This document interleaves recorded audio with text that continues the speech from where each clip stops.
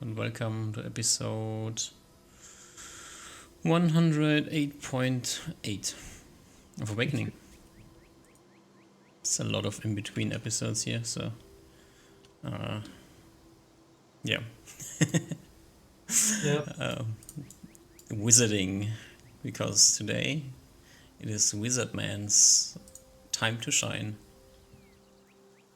And for you to shine, we need some decent wizarding music. Let's see. I nominate Oppa Gangnam Style by Design. No, or we get like some creepy music because you are still in the creepy place.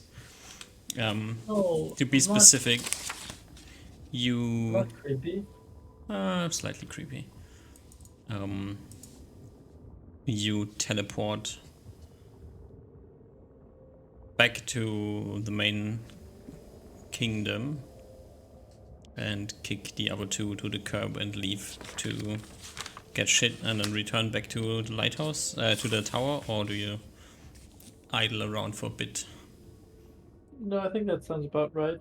We haven't been super long out east yet, so Yeah, it's been like with you learning the teleport platforms like 2 weeks or something that you spent out here yeah. before So quickly jumping back, I need leaving, to dropping off your friends and returning. Yeah. So I will give Reynard some more time to sort out stuff.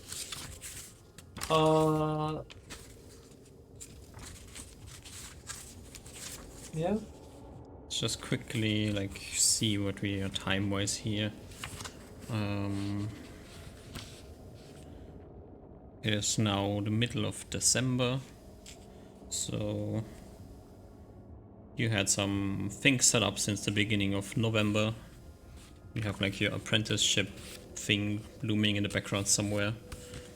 Oh yeah, I guess if I get all my stuff from if I go like buy rations and stuff from Tarega, I could check in if there's been a lot of applications already. Can you roll me 3D 100s?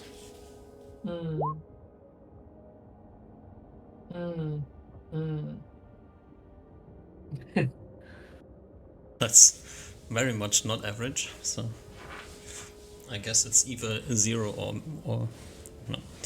There's one application. If you're interested in checking it out.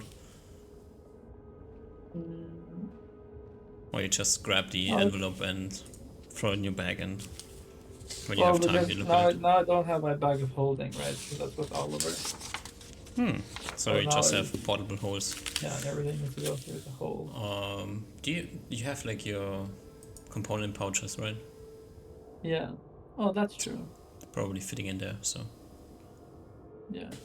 I'll just leave it in Turriga. I'll just, check more of them Okay. all at once.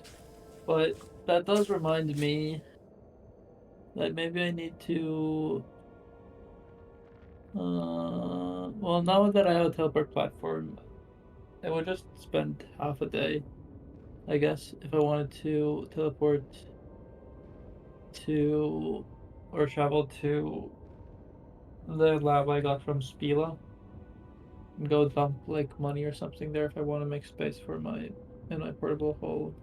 I don't think that like because it was volume that we cared about. I think the dragon teeth probably are the biggest thing. Yeah. So maybe once I leave back here, I'll do a quick detour and drop some thingies. I have to open the horse sheet now because it was an idea at some point that we put the portable hole stuff here. Oh, yeah. Boots of silent movement. Okay. Probably some extra stuff. I didn't want to, because I didn't know how long this is taking. So I didn't actually delete the things off the bag of holding on my Excel sheet, but everything that's in my bag of holding now on my Excel sheet is actually in the portable hole, which I can paste for you, just in case if you don't, or if you want to see everything. There's nothing Just quickly special. check if there's anything There's nothing that is special. doubling, but I think the other two. The head of disguise is with Ruven. Oh yeah. The periapt of anti-poison should be on Oliver. Mm-hmm.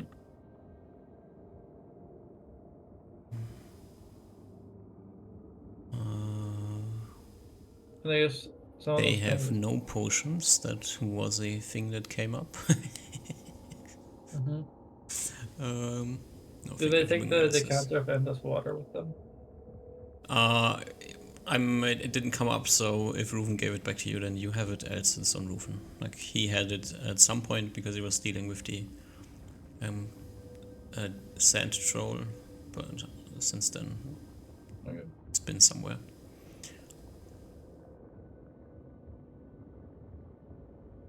Yeah, everything else is fine, just the head of disguise should be on Ruven, that's all. Okay. I made the adjustments.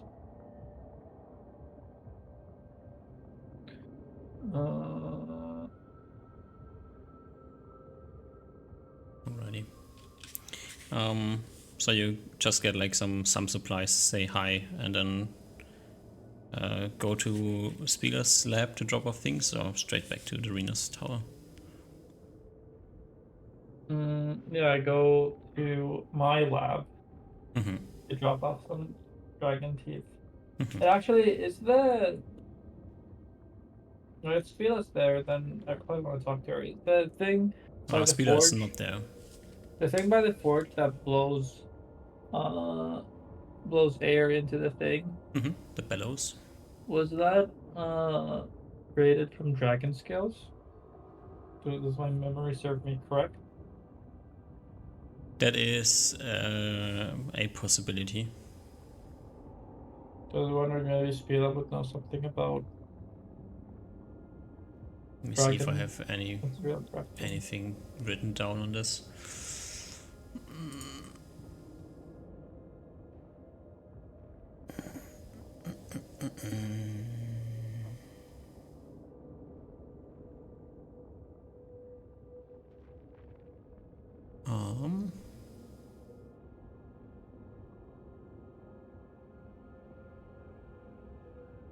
I just have written down forge equipment, so and some random magical forging equipment, so I don't exactly know if there is dragon scales or not.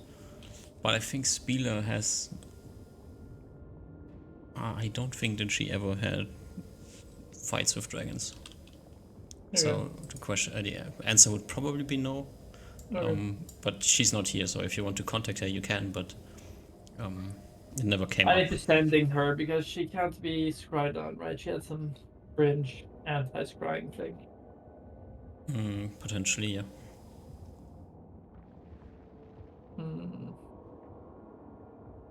It seems like a lot of effort. I don't think I'm preparing sending that often.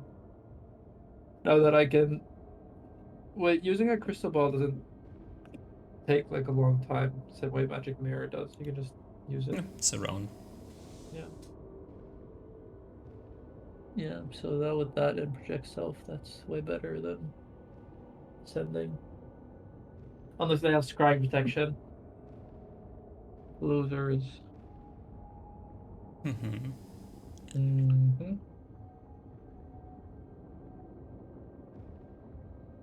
But yeah, I think actually I should look at the, because gonna be like throwing shit into the portable hole and stuff. It's probably not good to have like a bunch of potions there that can break, when you throw something down there. So probably the potions will also be left at the wizard lab. Okay. Uh, At Spieler's lab. my lab, yeah. Osmar's laboratory. Yeah, if there's something else, that's easily breakable. I guess I'll leave my mirror, my 1000 GP mirror.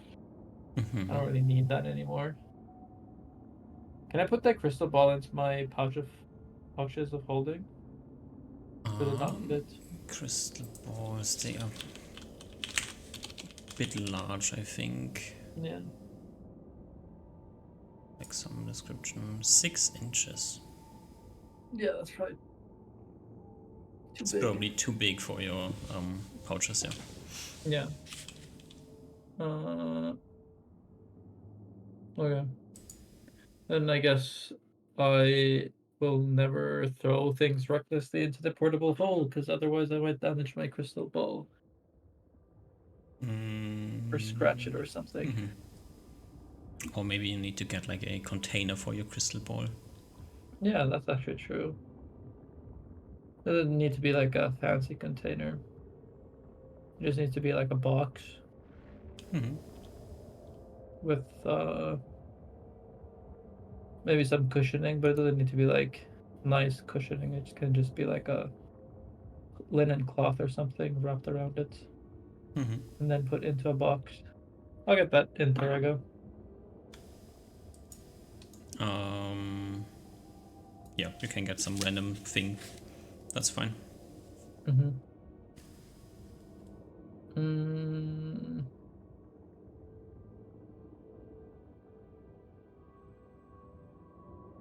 Mm. And currently, I don't yet know what the uh For the items too, no. yeah. Did we roll for something at some point? Did I roll for spells or something? I think we rolled in behind the scenes to see if you get like the information about the items. No, but I feel like there was also some spell learning. Was there Just not? spell learning. No, I think Reynard had legend lore in his shop. Wasn't Yeah, that yeah, what he it was wanted to for? get legend lore, yeah. And then you were thinking very complicated, and then after trying complicated things, found out that Reynard has it, yeah. Yeah. Mm. Oh, for me, I also wrote that I learned it, so I guess I have a copy eventually. Eventually, it'll be learned.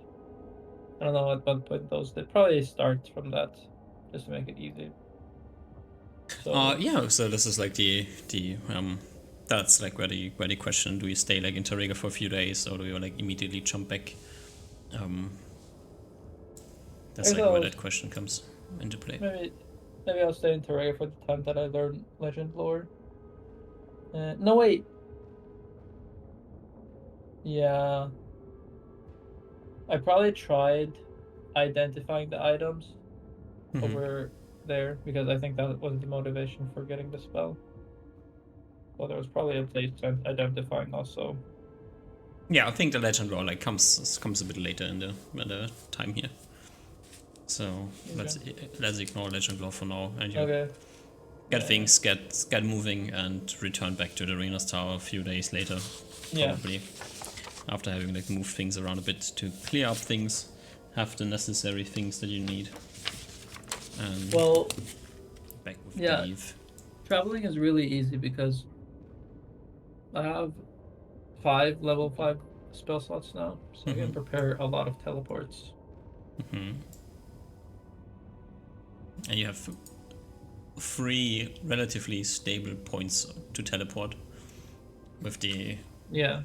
teleport platform, the your personal platform, the secured platform from the arena, and the dragon amulet. So Yeah. Well, I have 2 platforms created by myself. Right? Is the one in the woods? Is that's yeah, for a bunch of that's once this. Yeah, I mean in the east you have yeah. 3 points to travel to quickly. Yeah. And I can do that all in one day even. I'll write spells that I think I would have so that then I don't need to think about it anymore. Mm, So yeah, I zoom my way to that place. Mm-hmm. Perfect. You to return back and find a nice place to hang in the Renus Tower. There's a nice comfy bed. There's a well-stocked library. There's a research area, although being the research area, there's like this weird thing with the elementals hovering behind you and this weird contraption that you don't quite yet know what it is. Yeah, but I think that adds to the vibe of doing extraplanar research. So I'm happy with it. Definitely. Not scared. Yeah, so far, like the only time an elemental was running around in the tower was when Dave specifically let you know that there's an elemental running around in the tower because he sent you one to kill it. Maybe overzealous at times, but seems pretty safe. All in all. Seems chill. And you get to learning and reading and looking and trying. Yeah. Amazing. So, what's your situation with Dave? You like chat with Dave? You like from time to time like pops in your head? Yeah. I think I chat with Dave because I don't wanna I go like on a 3-month study spree where I don't talk to anyone. Dave seems chill. He seems cool. Yeah. I mean, he looks a bit weird, but seems to be like a chill guy. Really looked like a displacer beast. He looks kind of fiendish. He has clearly has like the somewhat displacer beast look with the tentacle arms, but he's also definitely off color. He's like this weird light eating black, so like kind of almost like close to no reflection. Has like this glowing eyes and yeah. That's pretty cool. Yeah, he definitely does not look as chill as he is. But yeah, he's sitting around, like, keeps asking you about food, and it seems to be very much looking for more extra-dimensional things for him to eat. You've never seen him eat, and he has not tried to eat you, which both are good things. Yeah. Yeah. Is there something specific you like? I want to some relationship goals with Dave for you, or you're Not just really. kind I don't. and Yeah, I just try to be kind, but I'm not really trying to pursue some sort of super weird because summoned creatures and relationships, that's like weird. So, you know, I will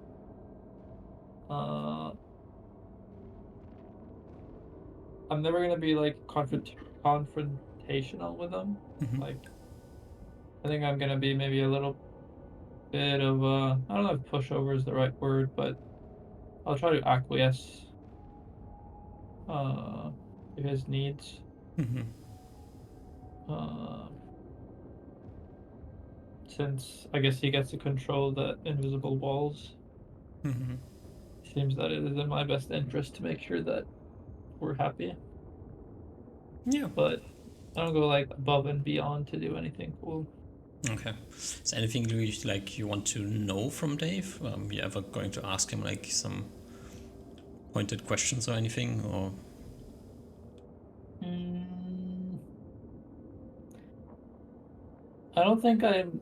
I don't think I'm like interrogating for information, but I imagine I probably don't literally study for 16 hours a day. So when I go have my food break or whatever, I'll go chat with Dave, but pretty casual conversations. Okay. Uh, just asking how he is, if he's excited for the ethereal pearls that will be coming up soon. Mm-hmm. Not yet, but soon. And yeah, I guess it depends on what kind of topics he's interested in speaking about. If he ever, if it feels like he's happy directing the conversation, I'm just gonna follow along wherever he goes. Mm-hmm. If he isn't, then I guess I'll ask for casual conversations. I'll just ask about his past, just what he's been up to, what he's seen, Mm-hmm.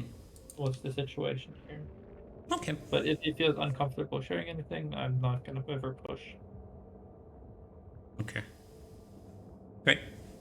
Um, do you ask Dave for like information about the tower? Yeah, I guess I'd hope that would come up as a follow-up question on like, what he's been up to. Uh, has there been visitors before? When was the tower built? Were you here when the tower was built? I don't know. I feel like it's all kind of related. Okay. Yep. Alrighty. Um,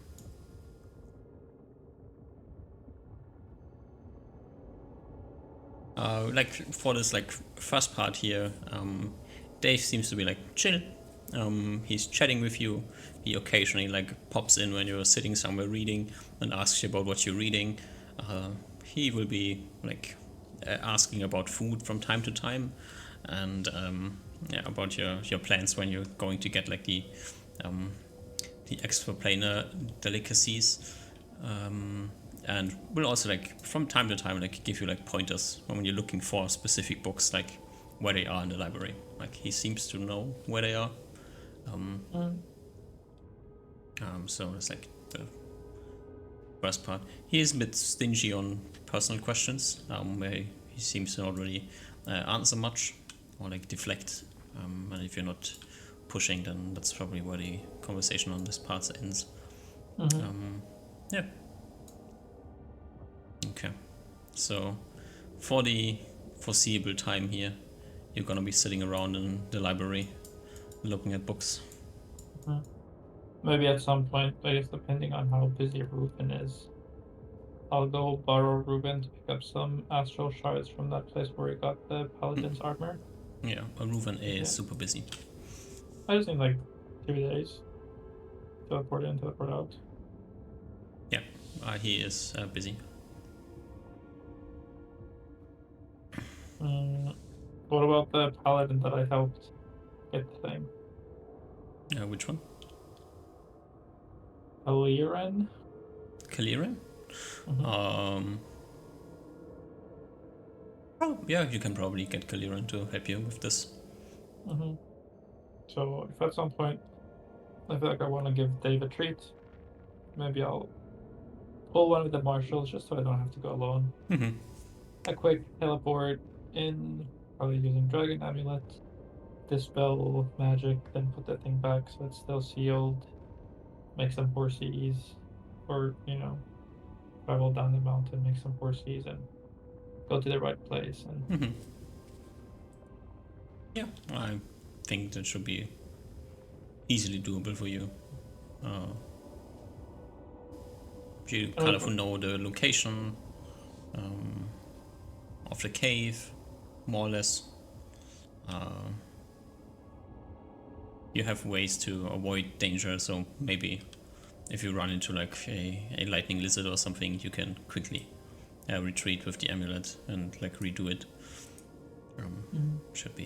Should be without many issues. Just to get there and grab some shards and return. You know how to not blow them up. You have like with your dagger some way to harvest them, because the dagger is like pretty decent at cutting them without blowing them up. So Yeah, it's fine. And how many? If let's say I wanna, so when I take off what they're astral shards, what we're calling them. I don't want to cut it like completely from the stem. I don't know exactly how they grow. Uh, so I will give it like a little bit, if it as if it were a plant, so that it could like regrow. And I probably only want to take at most half of or cut at most half of the shards in the cave. So what kind of numbers am I writing down on my sheet? You can get like 5 pounds of 5 pounds of arcane shards. Astral If you like, shards. astral shards, yeah. If you like, harvest for a while. And these are really light, so 5 pounds is Yeah, quite they a are really lot. light, so there's a lot of space. Is how many? Okay. What kind of volume is this? How Um, many things did I cut? Probably like you cut like 2 or 3 crystal groves for 1 pound, and you get like about like they're like rough stacking very rough, so like 8 cubic feet per pound or something like this. Yeah. So I have like 13 individual shards ish. Yeah, something like that. Yeah. Okay. And these I will probably, if possible, I'll just cut them again. If not, put them in my pouches of holding because I wouldn't want They're probably too. You probably don't want to put them into your pouches. too sharp. Potentially, yeah. Also, they're quite like large, so yeah. Yeah, whatever. How does the dagger cutting? Does it feel like if you cut an apple with a dagger, where it just kind of like slides through, or does It's it more feel like like mushrooms. okay?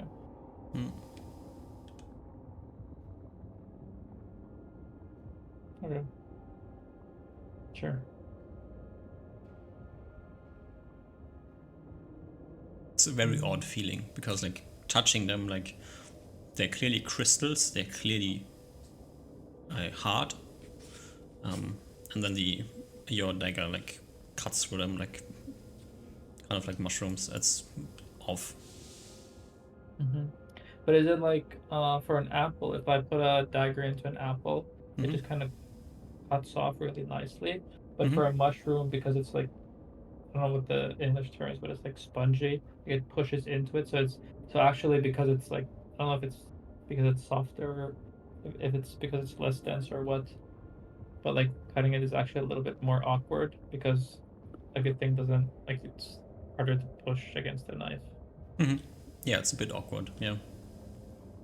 Okay. Maybe because it is awkward, or maybe just because like the haptic perception that you have just doesn't fit together, and that makes it awkward in your mind. But yeah. Okay. Okay. And I think I Okay. needed to save some of these. I think that was part of something. There's I think some I think there was astral. crushed Yeah. arcane shards somewhere. Yeah. Was it astral or arcane? Uh, we might be switching back and forth between the two names. It always means the same. Okay. You showed like All right, the green things were called arcanum. yeah. Is it on the marked map? Is that where the things were? Wait, where was the recipe? Did I just write it down somewhere myself? Um, Probably. Crushed arcane shards. Okay, so this means astral shards, not arcanum. Yeah, that's like the thing, the weird crystals, the thing that your dagger makes, the thing that your dagger is made out of. Ink of a mighty squid, blood of a boisterous fiend. And I have that blood, the dragon's blood. That counts as a boisterous fiend. Do you have dragon's blood? Yeah, I took a vial of it. Flask of Luck Anon's dragon blood. Did you take dragon's blood and Oliver took dragon's blood separately? I didn't hear Oliver taking dragon's blood. I thought Because dragon's blood. Oliver sold dragon's blood, so... I definitely would not give this shit to anyone because its purpose is to the end of the game. No, I think maybe both of you took it because like Oliver had a different reason to take it, so... Okay, yeah. This shit is mine. Wait. Alrighty. Wait, is Luck Anon different than the blue dragon we killed? Nope. Oh, well I don't know if this is just because I'm dumb as fuck, but on my sheet I have vial of blue dragon blood and flask of Luck Unknown dragon blood. So maybe Oliver gave it to me and then we can say that I gave that back to Oliver. And then this is the thing that I have. I don't know. But I probably don't have 2 flasks. No, I actually probably do have 2 flasks. Redundancy is something. What is it called? They're just called redundancy. Mm-hmm. Redundancy is key. But there's like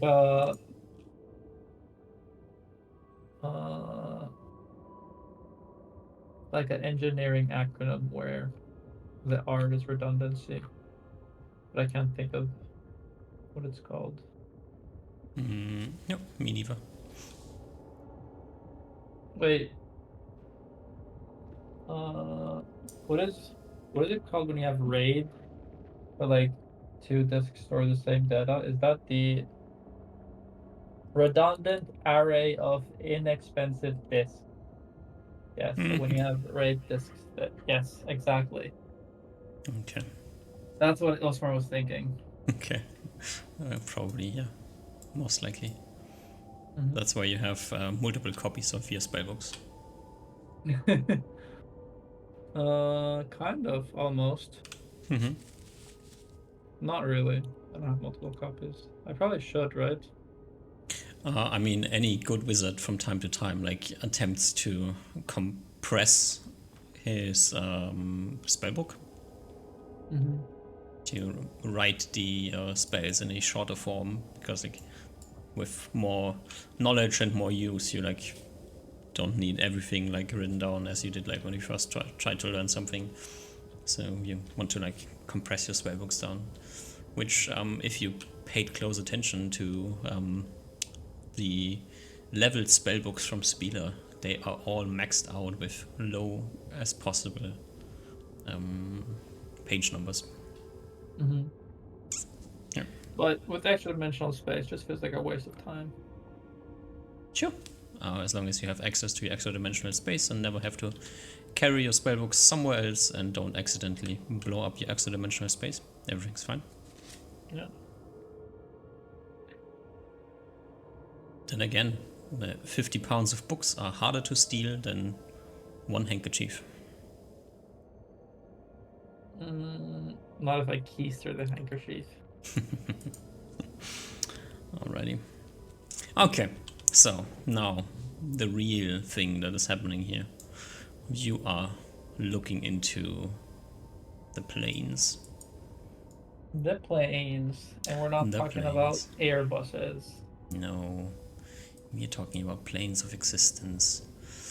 Alrighty, so let's just quickly, like, you take like some days, then you like do a quick jump back, grab Kaliran for the thing. That's like about the time where if you're in contact with your friends, they are raiding the lighthouse, and Raiding. they are raiding the lighthouse. Yeah, the raid party of Reuven, Oliver, Spieler, and Nier are raiding the lighthouse, murdering a banshee, murdering some weird, overpowered elven skeletons, getting some loot, and leaving. That's like what's happening around this time. You grab Kaliran, bring him over, get your shards, and start off your learning process. Like about the time where... Oh, also, I will offer Clearin money. Does he want money?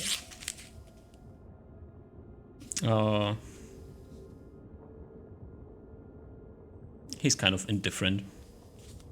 I give him 100 pots. Alrighty.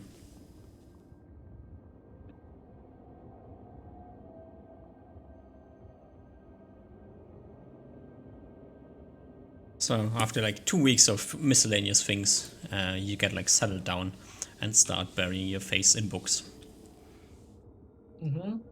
And yeah, we'll quickly find out, like maybe with like some pointers from Dave, that Arena has a very good order in her library. There's like this one bookshelf that is books about the ethereal plane, then you have one bookshelf books about the astral plane, and then you have like one bookshelf with miscellaneous books about the elemental planes. There's like these three like these three bookshelves. Wait, these three. give me a second. So there's a shelf about astral, there's a shelf about ethereal, and there's a shelf about materials. Elemental planes. Elementals. And then all these long bookshelves in between are like miscellaneous books. Most of them are like from like quickly checking in with what they're about, are pointing in the direction of anything that has to do with planes, traversing planes, obscure planes,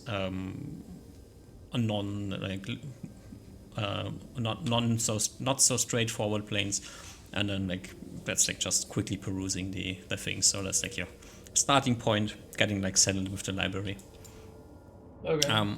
Are you like checking out the other books as well that like strewn around in the tower, or are you staying in the library for now?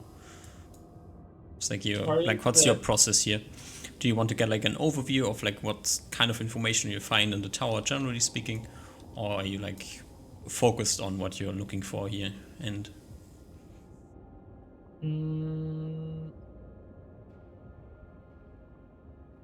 I think after maybe I identify the structure of like astral, ethereal, elemental, then I will probably just start like depth first searching the astral plane thing. And whenever there's stuff that I feel like I don't understand, then I will at that point start to look into other books. But just like the reason why I'm asking, like if you like you live in this tower for now, so there's like some other places. There's like this bookshelf in the bedroom. There's these books up here in this elemental thing and alchemy laboratory area, and then there's also these random books in the like just entrance hall, basically. So if you're checking them out as well, then I can give you like another overview of what you can like quickly think or. Yeah, I'll try to get acquainted with at least understanding the layout of how things are ordered. Okay. But not like super deep. So this third floor library here, third floor Wait, down. is it how possible for you to show me all the floors at once? I can just quickly do this and it should work, right? Yes. Okay. Yeah. Put Dave back where he belongs. Yeah. So the like this third floor library, like where you're probably spending most of your time, is clearly about things about planes. Structure of planes, existence on planes, planar things altogether, where it's like probably your focus will be. In Darina's bedroom, you will find like some miscellaneous books, some just light reading, and her diaries or her research notes. It's like hard to keep it separate from each other. In the alchemy / elemental capture room, maybe surprising, but the books that are in here are all just about alchemical things and recipe books for protection scrolls. Okay. And then on the first floor, there's some miscellaneous wizard books, some random simple spell books. Like there's like an encyclopedia 1 to 3, something like this, and then like basic wizard research books that you would have. From the layout, does it look like no, I guess the location makes it so that this couldn't possibly be a wizard shop, but the layout of the first floor almost looks like a wizard shop. 'Cause you have like a counter, and then Yeah, you have like kind of your looks a bit odd, yeah. your back area Mm-hmm. sealed off. But yeah, the first floor just had like uh novice level books. Yeah, I mean, novice, like a 8th level wizard would be like probably hard struck to get through the things on this floor, but you've read like in some way, shape, or form like different versions of these books, like the concepts that are talked about in here, Okay. that are like commonly known to So, you. okay, so these are like general Mm-hmm. idea books. Okay. Yeah, some spell things and wizard stories, basically. Like, Okay. nothing particularly interesting. Yeah, Sorry, can you remind me what was the deal with this statue again?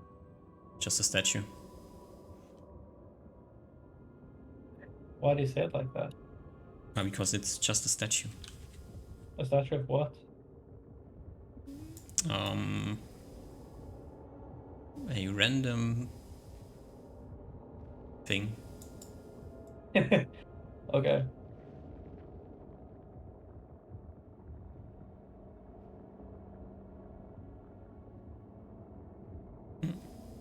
The more interesting thing is the not statue in the bedroom, This? because that is not a statue. That is not stone. It's a husk. Um, it's like lacking any type of color. It's like you almost feel like you can see through it, although you can't quite see through it. And it is the figure of a oldish woman. Oh, really? Kind of look like a Cupid baby. It's like an old woman. No, just an old woman sitting on the ground. Okay. Clothed? Yep. Uh-huh. That'll be a curiosity saved for another date. Mm-hmm.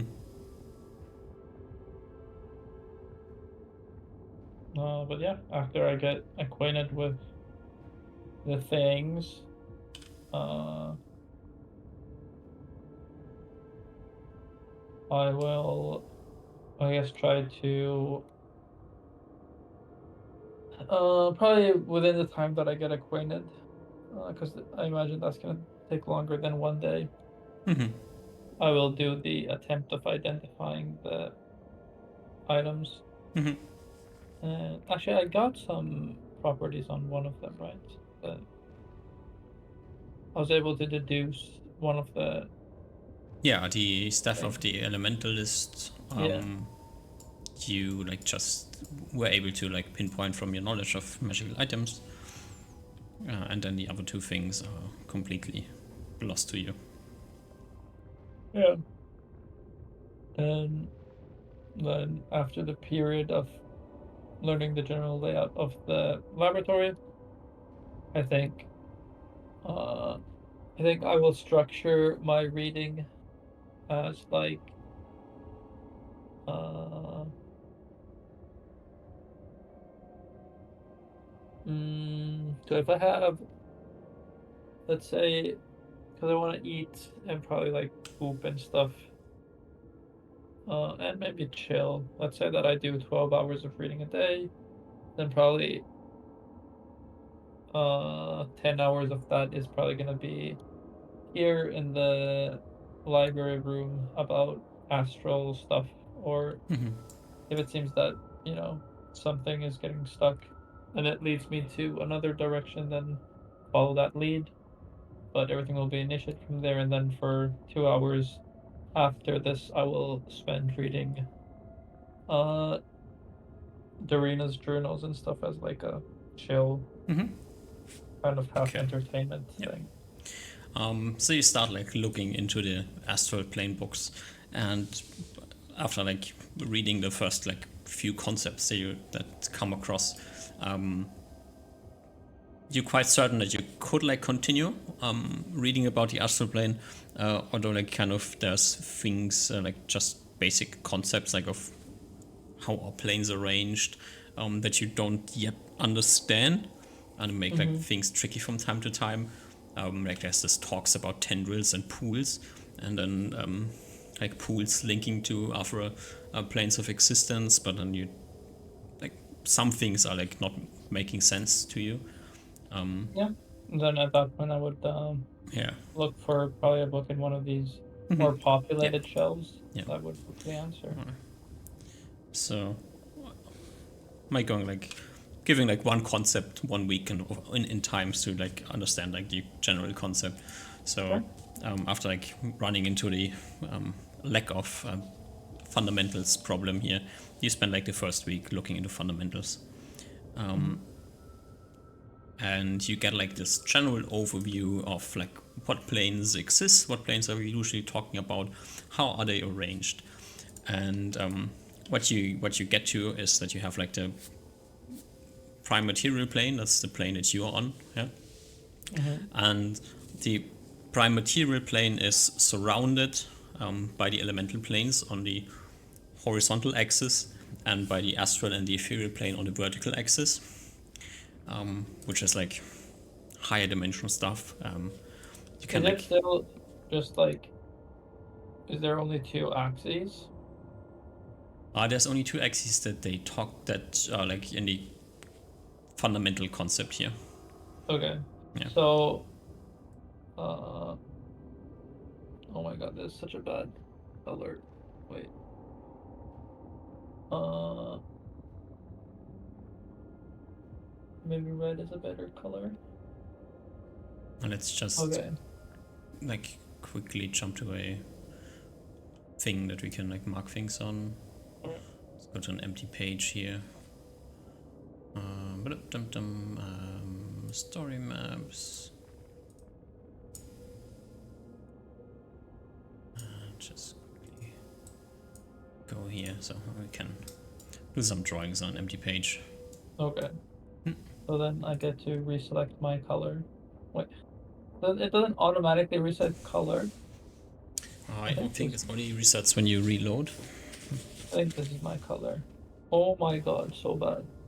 Okay, so here's our two axes. Is it like a two-dimensional space, so something a Oh plane no, could be like it's a here? she's like the description is like you have the prime material plane in the center, and then you have like two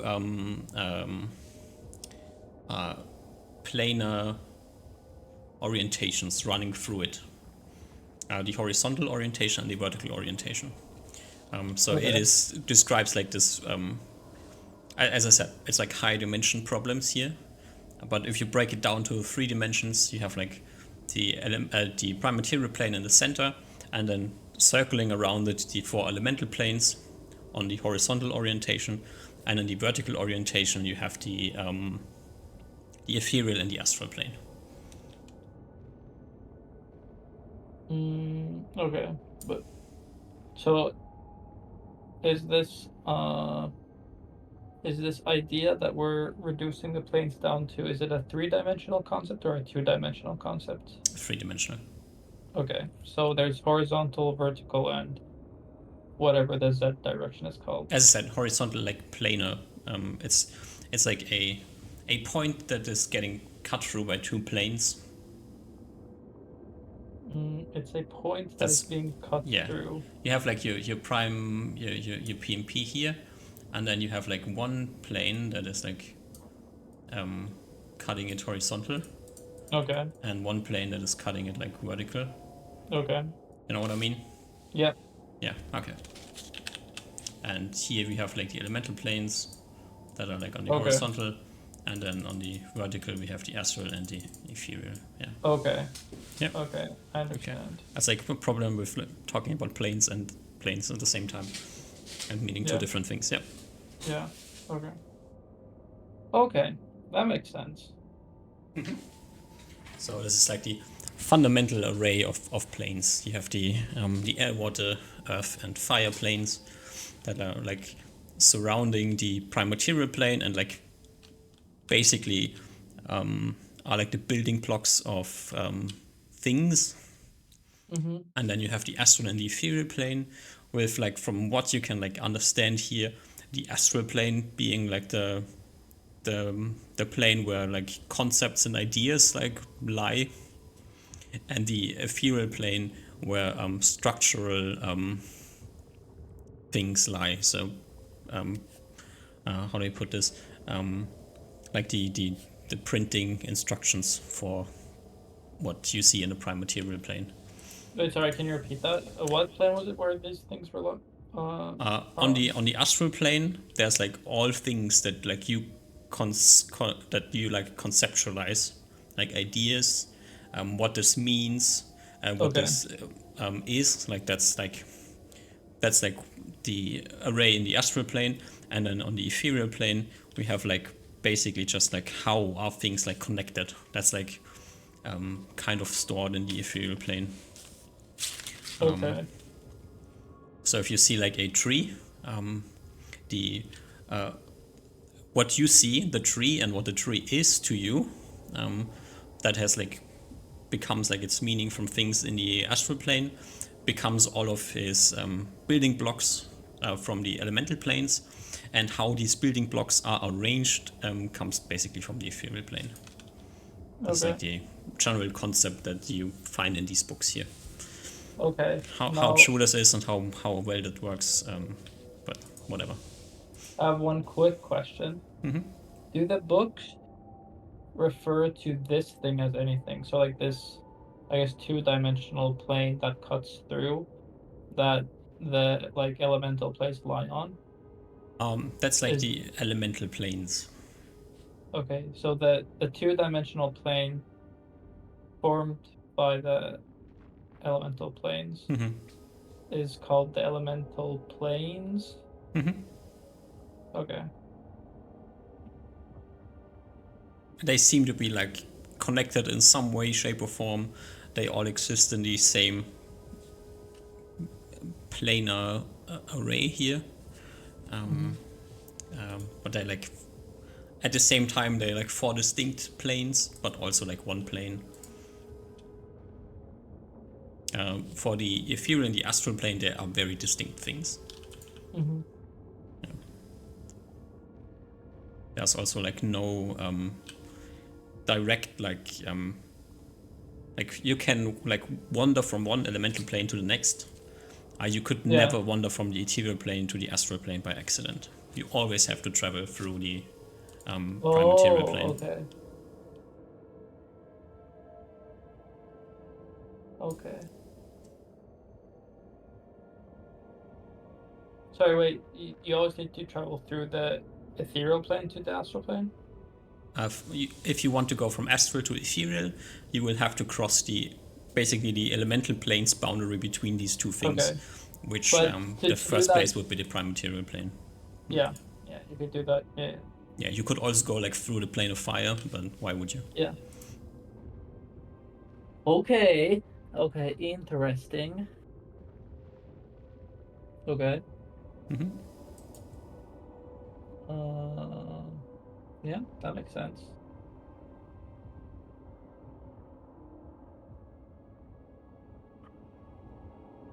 Yeah.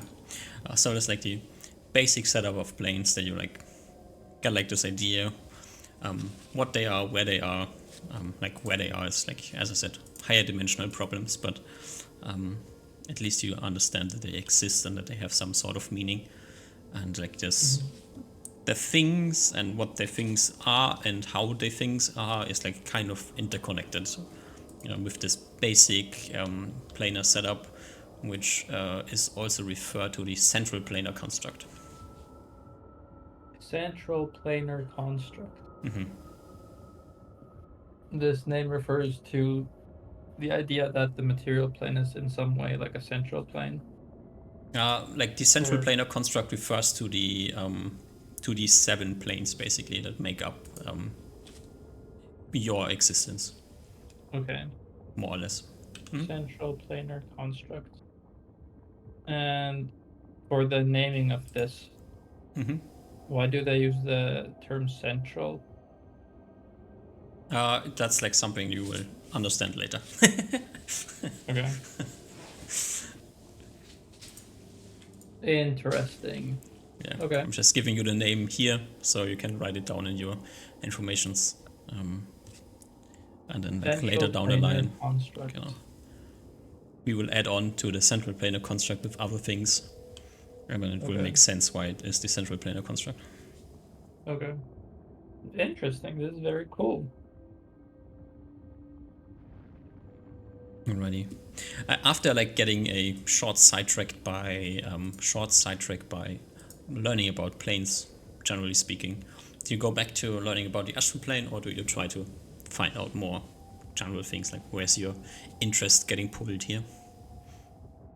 Well, it seemed pretty successful, and I think this is the strategy that I'm going for. Is I want to learn like more general things, but the way I decide on the order of general things of learning is I will just start reading regarding that to the astral plane, and then once I run into a wall, then I will start learning about whatever that wall seems to be. Alright. So I'm kind of using astral plane stuff as like a motivation or Okay. guiding tool for starting that. Alrighty. So we're ignoring the ethereal plane for now. Yeah, for now. I've already been on the ethereal plane. I know all there is to know. Yeah. It's like pretty boring. Just rudimentary things. Things that are hard are easy to see. Things that are not hard are close to non-existent. Yeah, that's easy. Yeah. Okay. Wait. So you, yeah. Can we take a small break now? Yeah, we can take a quick break. Yeah. Okay. Brip.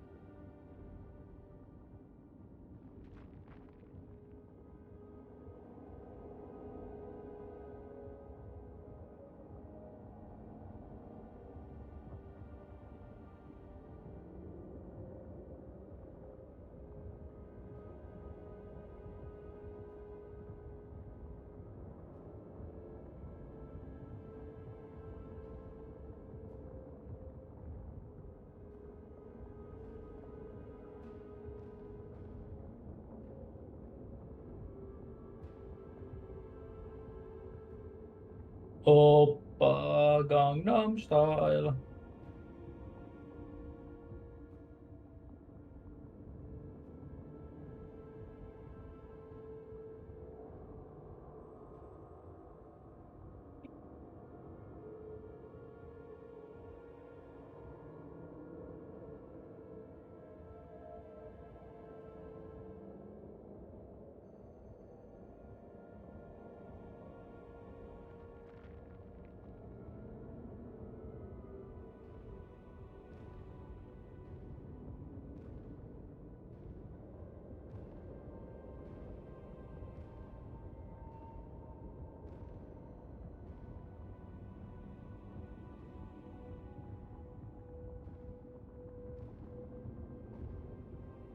Mm-hmm. Gangnam Style will never leave us. Gangnam Style is eternal. That's Alrighty. true. So, the astral plane. The astral plane. After like getting derailed in week 1 by general concepts and orientations, you will go and look into the astral plane here. And as I have like briefly described, the astral plane is the plane where ideas and ideas have like this central meaning, and that also means that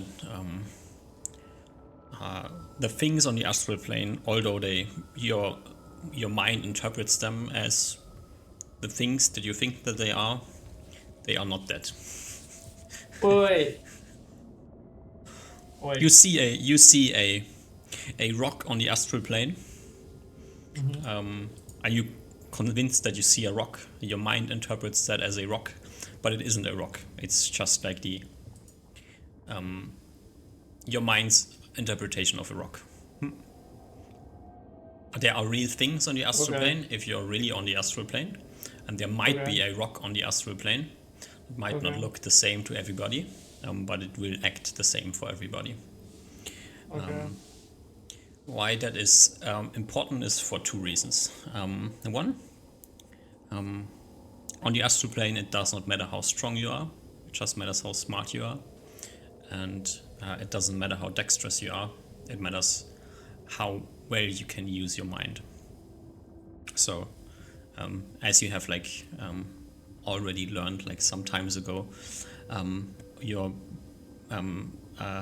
physical stats are kind of switched on the astral plane. Your strength is replaced by your int, and your dex is replaced by your wisdom. That's like the basic thing here. And as you also have found out, spells, especially spells, work very different on the astral plane. They work since you have like the clear idea what the spell is. You can evoke the idea, but since there is no the building blocks of the prime material plane, the elemental things are missing on the astral plane. So every spell that has in some way, shape or form a link to an elemental doesn't have that on the astral plane. It's just straight up magical force. Everything. Okay. The astral plane is also closely linked to everything that has to do with wizards. Since you're just way better on the astral plane than you are on the material plane.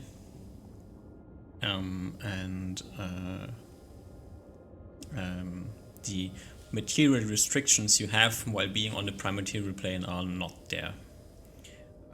That's like why all your spell casting is way quicker, flows way easier, and you're never like constrained by like your physical body. Astral plane seems fucking based. Yeah. The one other thing with the astral plane is, since everything that is on the astral plane is basically just the interpretation of the mind, and your physical body stops mattering in that sense. Time also kind of has different effects on the astral plane, which mainly comes down to if you really travel to the astral plane, and we will go into really traveling to planes later. So your being is moved to the astral plane, time stops for you. Because on the astral plane, time doesn't have like that. It exists the same. The concept of time exists in the same way as it does on a prime material plane. Just the effects of time do not exist. Because to your mind, like you do not change just because you grow a day older. So the physical portion of the time moving forward kind of stops for you, and will catch up with you when you leave the astral plane. If you really leave the astral plane. Again, really leaving and leaving, two different things. Okay. So somebody could, in theory, and there are like, as you go through these books, some descriptions of wizards in the past who made this fatal mistake and have spent like years in the astral plane, and when coming back, immediately grew older for like 20 years and perished. Damn.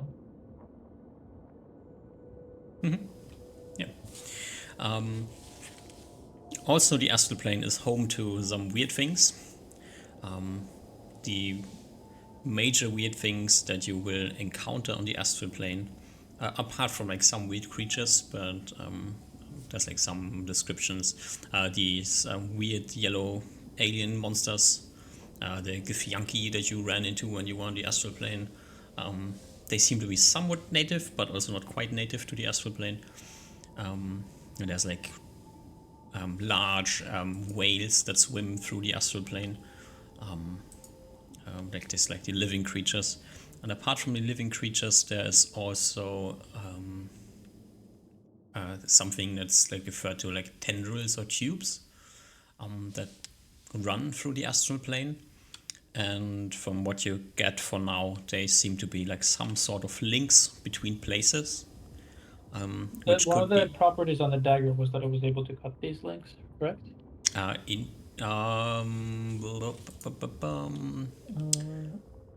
there's like I'm not sure what I wrote about the tendrils, but there's definitely something about some links. Yeah, there was something about some links. I don't know about the Yeah, tendrils. there's the silver cords. Yeah, That's something allows the different. separation of okay. Yeah. These tendrils are like links between two places. Could be two places on the astral plane. Although place on the astral plane is always, there's like this, what exists on the astral plane is like concepts and ideas. So there exists an idea of a place, which does not necessarily refer to a place itself. That's also like how traveling on the astral plane is like very weird, because you like just think, I want to go to this place, and then you're going to this place. It's going to take some time, but you're not really certain if you're traveling distance. Because there's like no clear distance on the astral plane, and that's meaning that you have it on the prime material plane. Yeah, I'm just thinking if I'm understanding this correctly.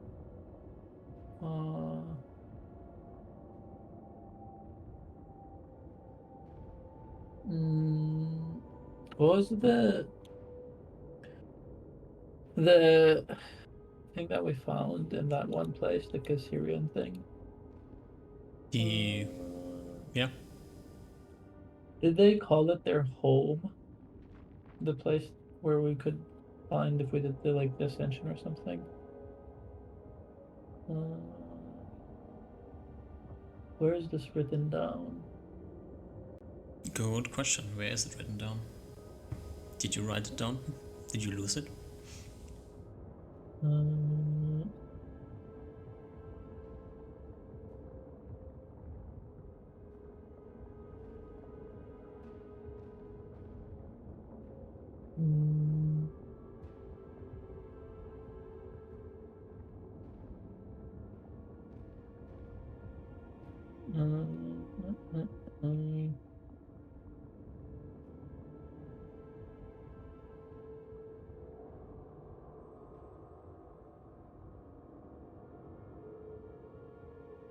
Or is it just that one of like the spells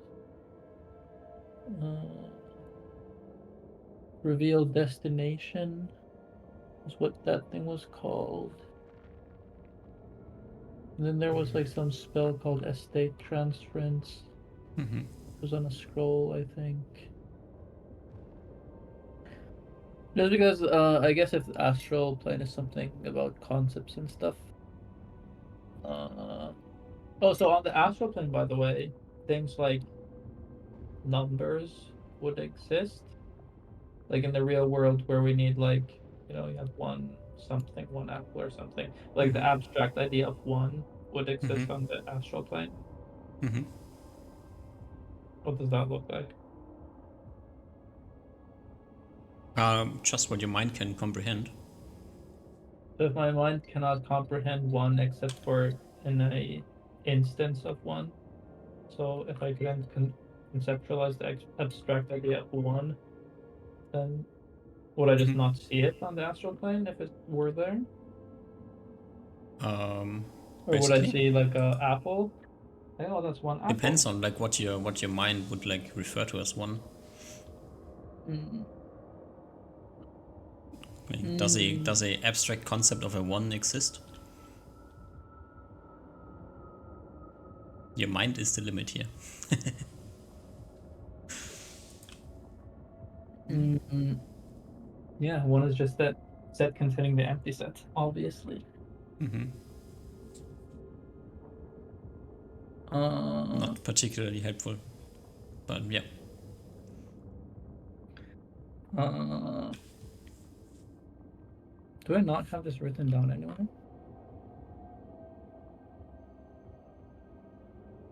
Oliver writes down everything, but Yeah, I you just know. trust that I'll remember it, but then if it's been too long, I don't remember it.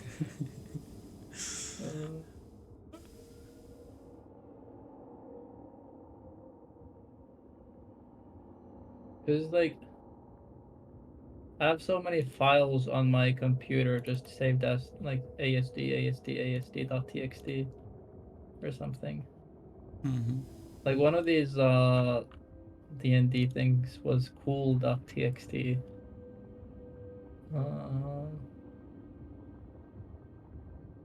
Oh, if you wish to ascend 12 drops of the ink in the recipe will reveal your first destination. Mm-hmm. Fuck, I don't remember if it said something about a home. Okay, well, regardless.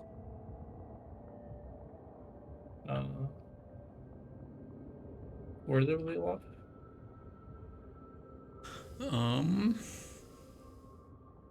There's like there is like some place.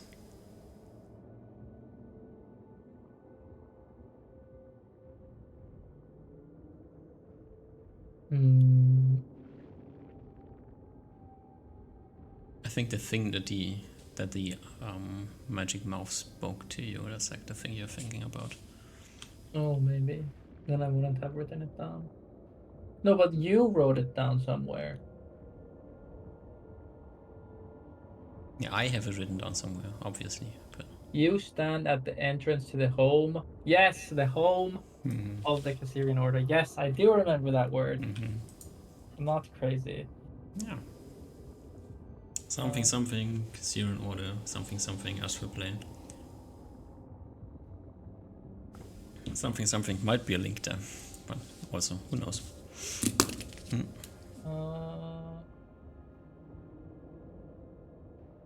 Right. So tendrils, tubes. Tendrils and tubes. Yeah.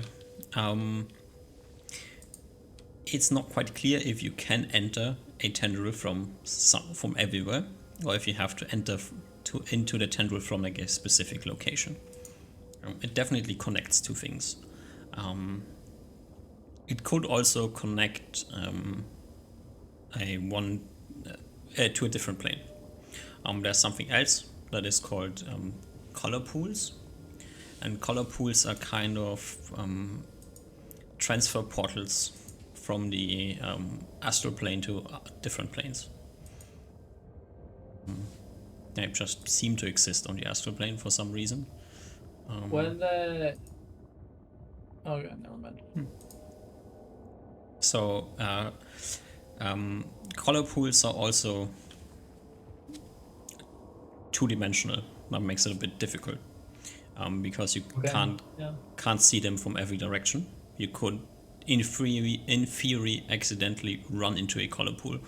Although usually you would like notice before you run into it because it like the area around the color pool is kind of a bit different because it like emanates like some things from the planes that you might getting dropped into by traveling through it. Also, if it is a two-dimensional thing, in a three-dimensional thing, there would be a 0%. It wouldn't be impossible, but it would be a 0% chance of accidentally running into it. It would be? It wouldn't be impossible, but it would be a 0% chance. It would be almost impossible. Yeah. As I said, it's like you could, in theory, accidentally stumble into a color pool, but it's quite hard. The main issue is that if you accidentally enter a tendril, you might get kicked into a color pool and thrown out. So if you don't know what's on both ends of the tendril, you are kind of in uncertainty land. Could get you to a cool place, could also throw you into the plane of fire and you die, so... Does it say anything? Are tendrils are still like... They're not two-dimensional, only color pools are? Yeah, color pools are two-dimensional, tendrils are tubes, basically. So you wouldn't accidentally enter a tendril? No. Entering a tendril is a purposeful thing. Okay. Yeah. Either because you have like some way of cutting your way into it, or because you stand at the entrance. But it's very obvious that you're standing at the entrance and can jump into one. And yeah. And you also like, it's quite obvious that you're like traveling like along, not along, as you travel through the astral plane, although traveling and, blah, blah, blah, you could like see tendrils. They just exist in the astral plane. They're like these basically spaghetti monster noodles that run through the astral plane. And you could like stumble across one and follow it to one side or the other side, if you wish to. They're moving a bit as well. They kind of seem to be like these writhing things. Yeah. Okay. And the last like oddity on the there's many oddities on the astral plane. As much as like as you have experienced, gravity is not really existing on the astral plane because you don't like have a center of gravity. Since the concept of gravity still exists, if you stumble across something that could, in theory, like be a center of gravity, it becomes one. So there are like these large astral rocks or whatever they are, like, or things that are like broken, came like drifting in from different planes, who knows. But these large structural things that drift through the astral plane, which like you would like be able to walk on and move on, like something that has a gravitational pull. Okay. So building things and orientation and all these things are possible in the astral plane if you have like a place where you can do it, or create a place where you can do it. Who knows, like wizard things. Okay. Yeah. That's like astral plane 101. Anything in here that requires more external things, or do you continue on the astral plane?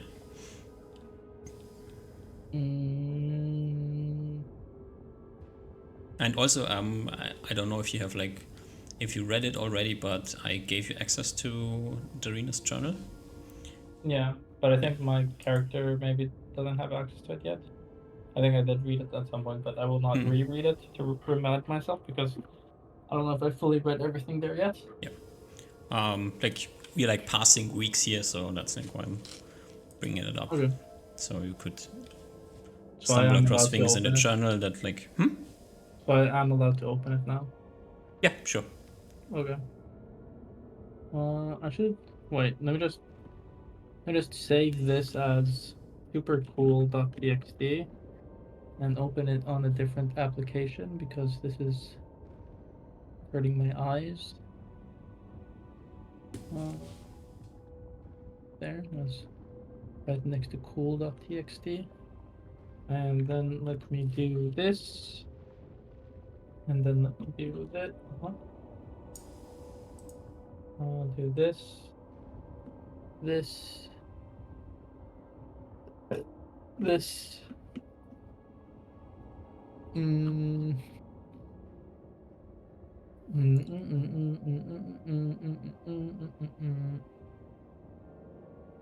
Is there anything here that I would like to know? So the things that I learned about were tendrils and color pools and just a little bit more getting acquainted with the astral plane. I think I'd probably just keep on going into the astral plane stuff. Okay. Alrighty. So as you continue like looking into the astral plane, like you are really smart, you're good at reading books. You will come across the like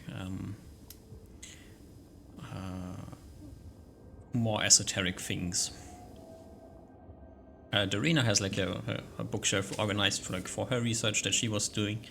So she was looking into more esoteric things, and so you will follow her research basically.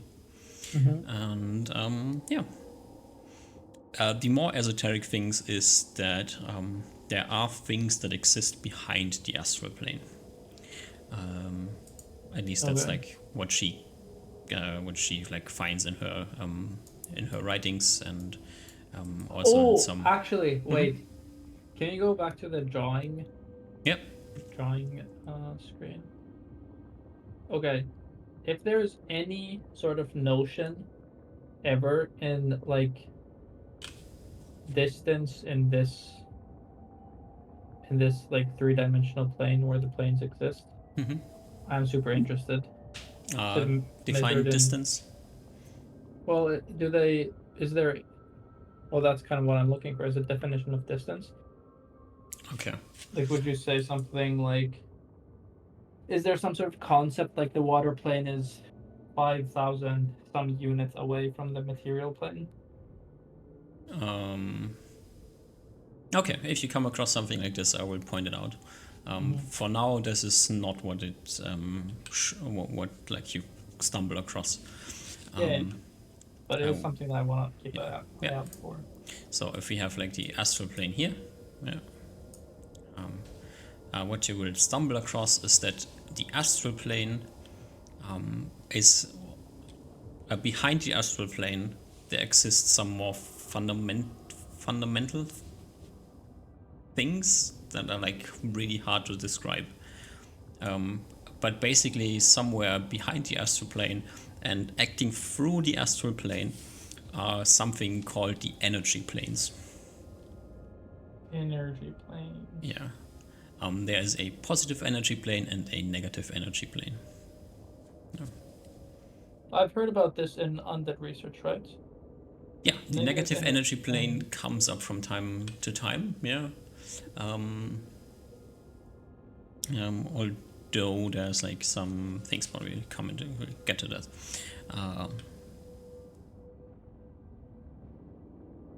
Yeah.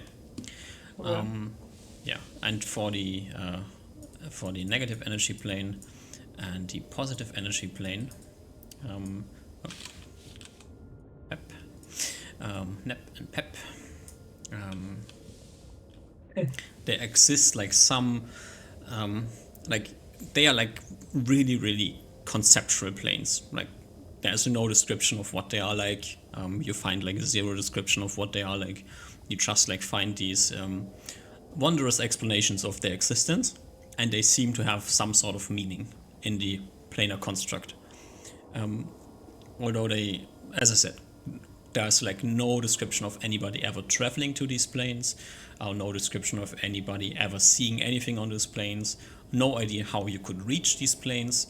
They are like really like just concepts that exist. Maybe they're just concepts to explain things, or maybe they really exist and they are completely out of your possibilities to understand. Like it's anything in between these two things. Yeah.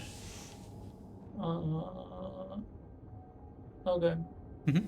I think now I am actually reminded that I should probably look at the more like fundamental books and try to understand what central planar construct means Mm-hmm. before I dig deeper into the astral things. Okay. All right. Also, just for time frame, this is like week 4 of your research. You're chatting with Dave from time to time. Dave's giving you pointers like which books to look. It's like chill dude. Are you in contact with you're in contact with your friends? So also I will let you know that neither of them are taking care of the dragon issue. And I think Reuven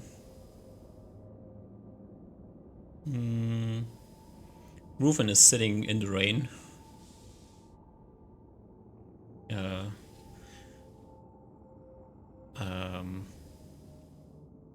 Altered into some sort of a hobgoblin abomination at this point in time, and has murdered some more hobgoblins.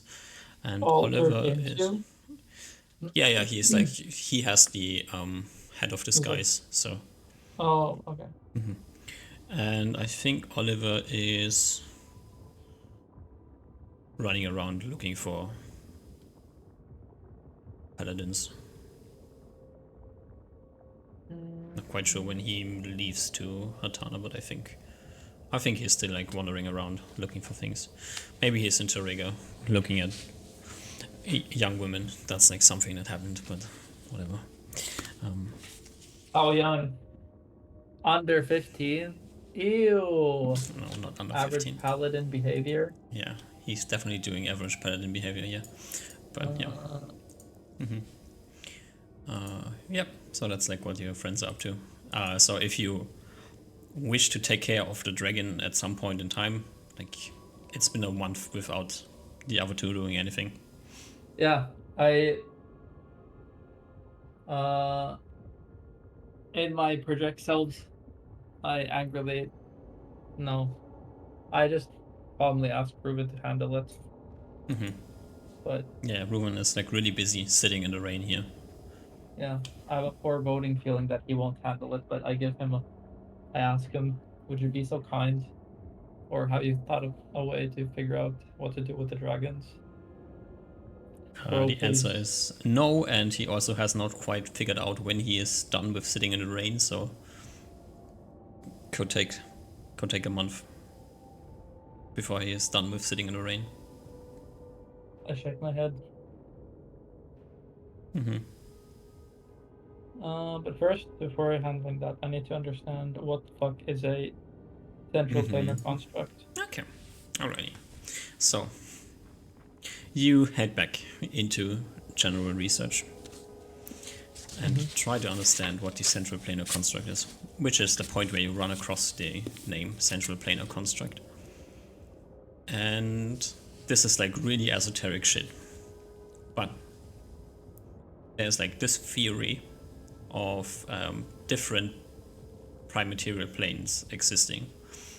And for a different prime material plane to exist, from how the general understanding of planes that is like here means that all the outlying planes, all the 6 planes, need to also exist. Or at least in some way, shape, or form need to exist. Some way that like generates the structure, some way that generates the ideas, and some way that generates the building blocks of existence. So this central construct of these 6 or 7 planes, like the 6 planes that like form the material plane, the prime material plane, needs to exist in order for some plane of conscious existence to be existing. And that is like the second part of the esoteric research, is that this is also like a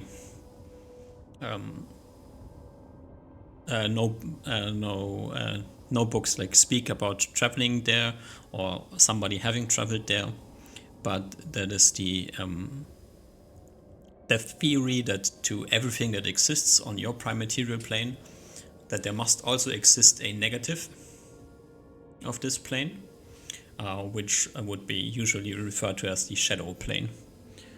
The negative of the prime material plane? Yes. And with the negative of the prime material plane existing, like a shadow plane of the prime material plane existing, also means that for every part of the central planar construct must also exist in the shadow. Okay. And okay. Yeah. So this is the theory of the central planar construct. There could technically exist a second world that also mimics or is different to our plane of existence. And this plane also should have the full central planar construct, including its shadow variant, and other planes, Okay. maybe. I'm gonna ask an annoying question, or possibly annoying question. I have a arcanology proficiency, meaning wizards of history are somewhat familiar to me. And I've heard of some names, like some of the names in the astral plane, like Leomund and Asha and whatever. Are these books about the central planar construct? Are they? Do I recognize the author of the books? Are they just made by Darina? Does she make citations to other works? Let's see. The names that you like, the great wizards of old, if they existed or not existed, who knows, they occasionally come up.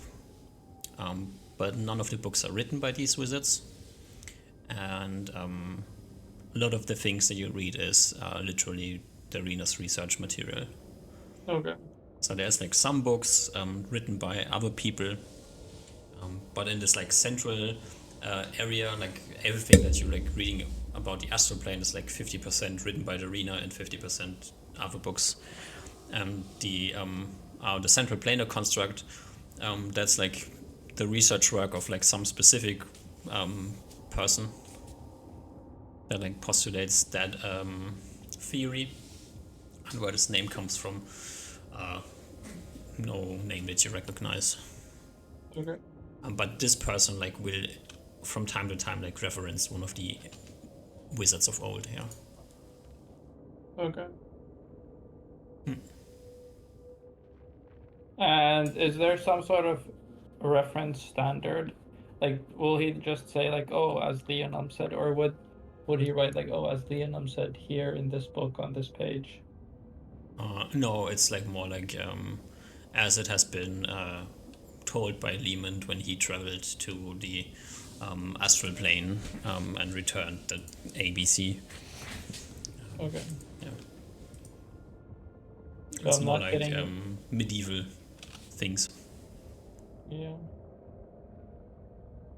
Mm, References like to letters that may have been sent at some point in time from A to B, but it's also like written about in a different book, and then the person like you're reading is referencing this book that is talking about the letter, and the letter is talking about what some person said. That's like the type of thing we are looking here. mm-hmm. This is like really obscure research that you're diving into here, so many names get mentioned, but very little proof of anything. Mm.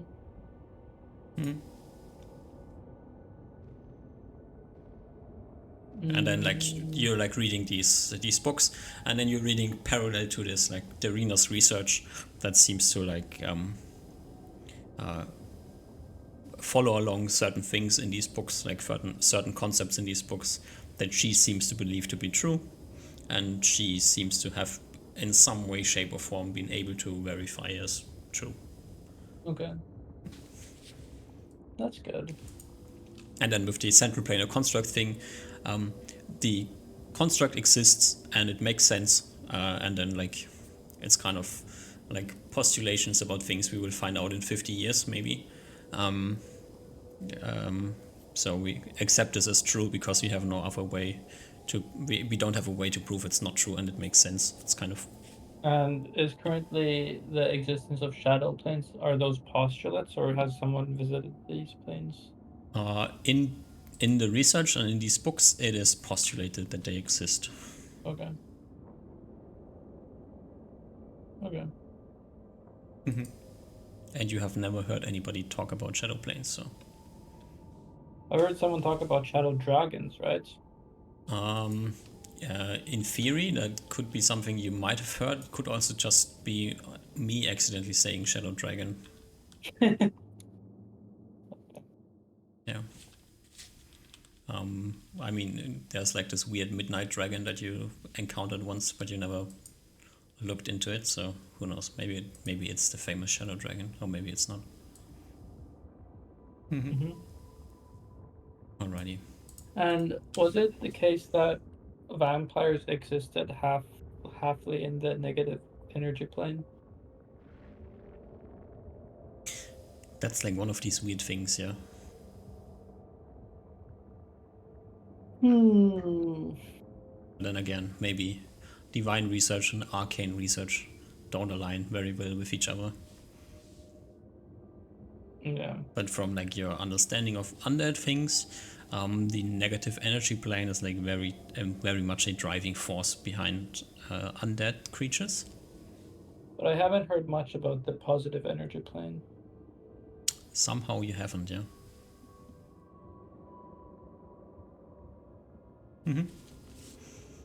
Okay. Alrighty.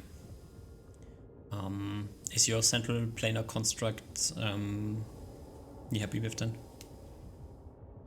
So yeah, so it seemed that the central refers to the idea that the material plane is in some way like a central plane.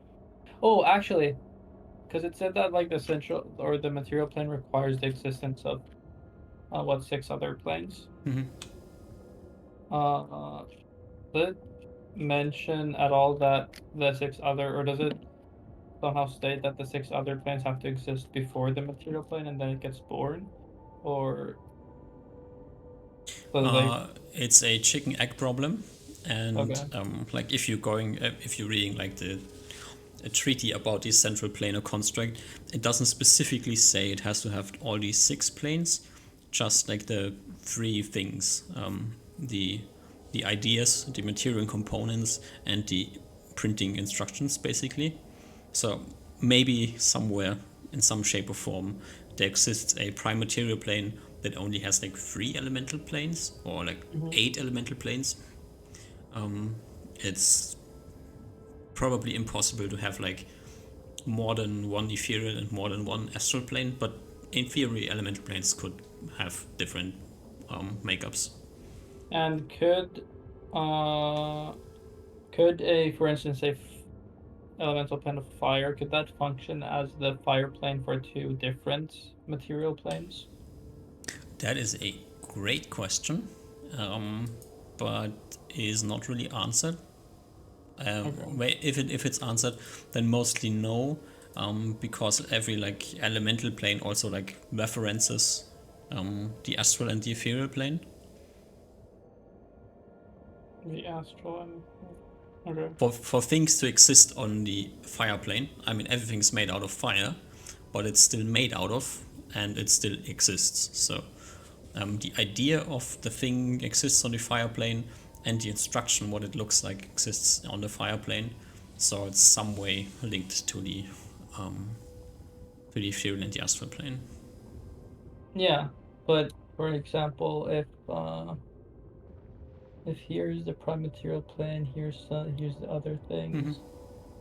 Could it be the case that this is like shared by two, and then this has its own astral and its own ethereal plane? Yeah, could be. Why not? Maybe the water plane is large enough that it shifts somewhere in between, where you break through some dimensional barrier that is unobserved or unobservable. Maybe you should travel to the elemental planes and find out. Could you travel, if this was the case, could you through this plane travel to the next prime material plane? Probably. And then go see their astral plane, Mm-hmm. and you can get new, different ideas that aren't in your thing. I mean, if you And manage to travel to a different prime material plane, I think the idea situation is already covered with that. then you can go back, and then you can be like, "Oh, guys, look, I traveled uh to another. Would you call this a dimension? Something. Probably, yeah. And I come back here with this new sled technology. Mm-hmm. We can use this to traverse the snowy lands. Mm-hmm. Seems pretty good. Yeah. Sounds like a great idea. Also, it could be that the astral planes are linked. Yeah. Mm-hmm. Yeah. Okay. Alrighty. Central planar construct, and then we have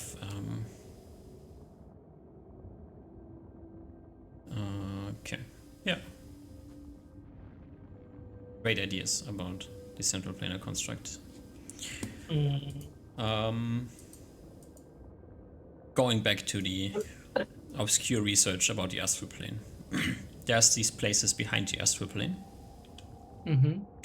And then there is, you will stumble across observed, verified, at least for the arena, the existence of two in-between planes. So there's one plane that sits between the astral plane and the negative energy plane, and there's one plane that sits between the astral plane and the positive energy plane. Like here? Oh yeah, off to the side somewhere, that's as I said, multi-dimensional Like things. yeah, but like on the way. On the way off to the side, a side corridor or whatever, yeah. Yeah. And these two And planes. wait. Did Darina, in her research, did she first discover the negative energy plane and positive energy plane before she discovered these two? She the negative energy plane and the positive energy plane are postulated by somebody else. So this is knowledge that she accepts as given, and then she is looking through the astral plane and finds some different things. Okay. Yeah. So she hasn't personally seen the negative or positive energy plane. Nobody, to your knowledge and to the arena's knowledge and to everybody's knowledge that is written in these books, as far as you can tell, nobody has ever seen these planes or been on these planes. Okay. They exist because they explain things and are accepted as true, but that's the end of the story. Okay. So when Darina sees this plane, That doesn't. Does that imply that she visited this plane?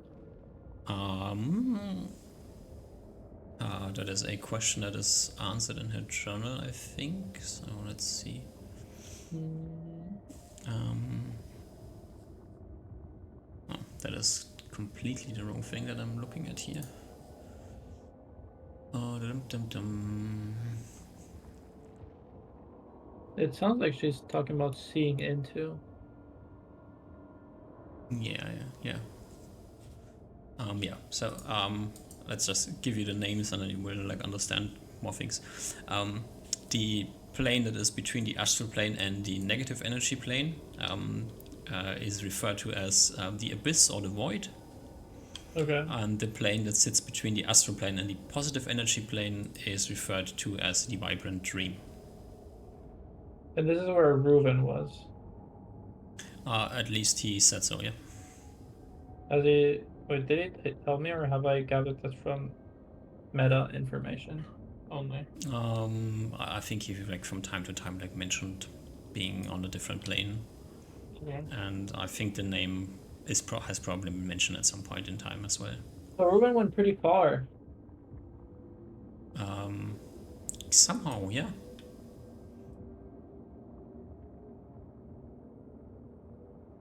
But this is also where Reuven aged like a fuck ton, right? Um, There was that one downtime after which he was. yeah. He like spent like to you, you felt like he's been gone for 6 months or something, but he definitely was gone for more than 6 months. So, yeah. Even an elf looks aged. That means he must have aged a lot. Mm-hmm. To be fair, Okay. he also lost 4 con, so but Wait, he lost 4 con? yeah. Was that permanent? Is he still down for con? That was a permanent loss, yeah. It just doesn't come up because he's Oh, wearing because his it's cheating amulet. amulet, but yeah. He kind Okay. of looks a bit like malnourished and things and slightly sickly. So for an elf probably looks like he has aged more than he actually has aged. Okay. Okay. Okay, this makes sense.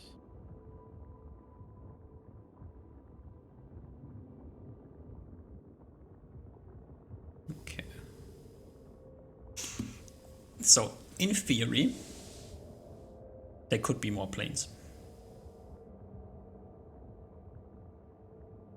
These are the accepted and structural sound planes, and apart from the negative and positive energy plane, the planes written about here have been observed. The shadow planes are postulated to exist, but this set of 4, 5, 6, 7, 8, 9 planes has been observed in some way, shape, or form. Wait, 1, 2, 3, 4, 5, 6, 7, 8, 9. Okay. So just the energy planes haven't, and shadow planes haven't. The shadow planes are postulated. This is And are like the basic. Yeah. is the shadow plane postulate? Does that say that every plane has a inverse shadow plane? At least the central planar construct has to have a shadow. Is postulated to have a shadow equivalent. Okay. So, and the central planar construct is literally this entire thing. Everything up to the astral plane. Everything behind the astral plane is not mentioned in the Okay. central planar construct. Okay, so that's behind. Okay. The central planar construct goes here. PC. Okay.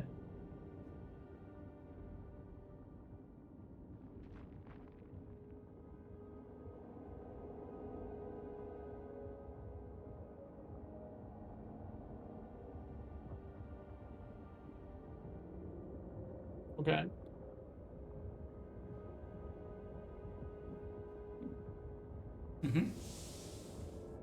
All right.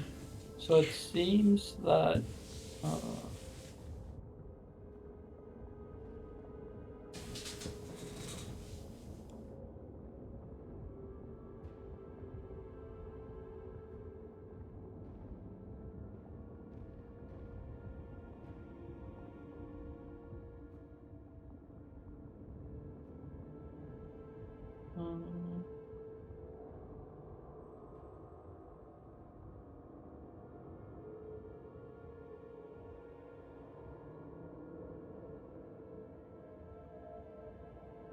Yeah. Mm,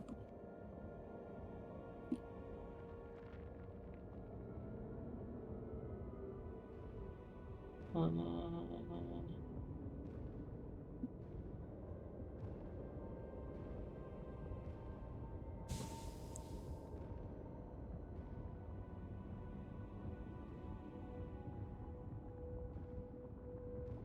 okay. So this paragraph in the journal. Uh, uh,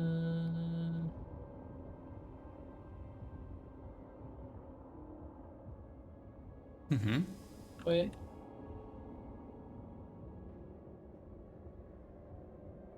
6 separate places. What are these? Does it elaborate on what these 6 separate places are? Are these all? Am I reading it correctly? Like these are all beyond the astral plane. These 6 separate places. Mm-hmm. Okay. Everything that I gave you in writing in the journal is for you to interpret. If you have questions that like need clarification, I will clarify them. But this is like you're free to interpret this at whatever it means. There is no mention of these things in her books or in the books.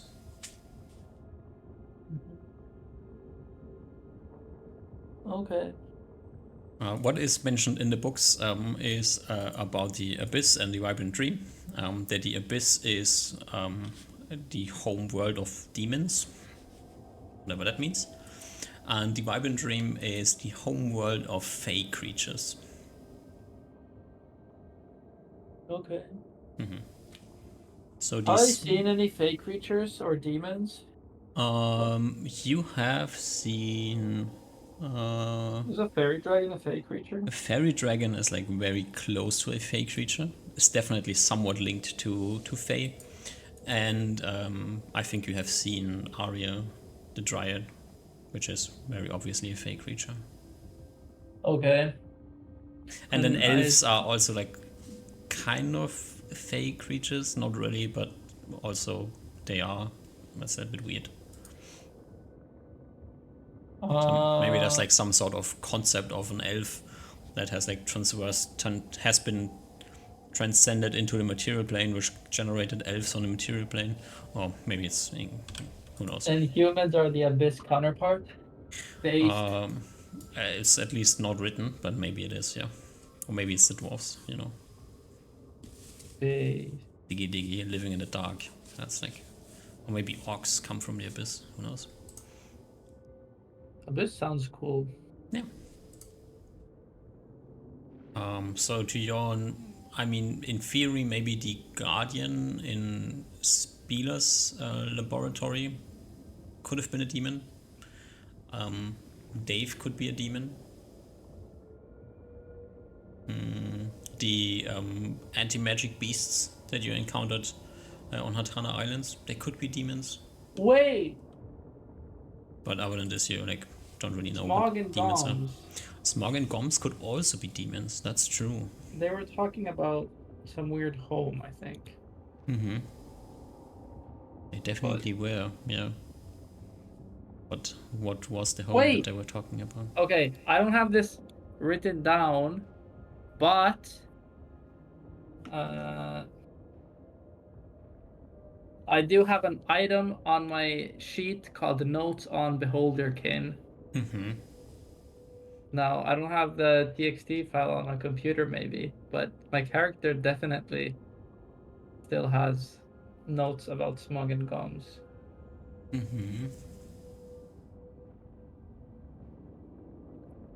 Let's quickly see.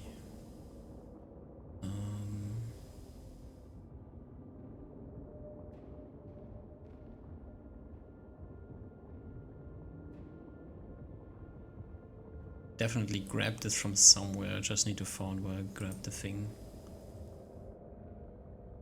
Me Smog, me Goms.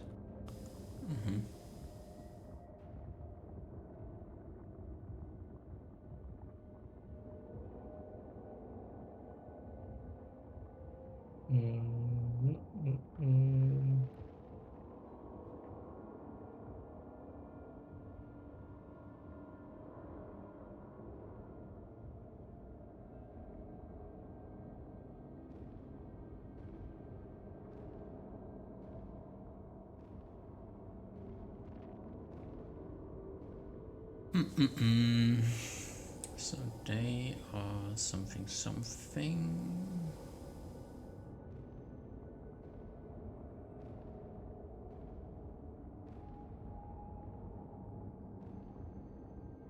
I need to go pee real quick.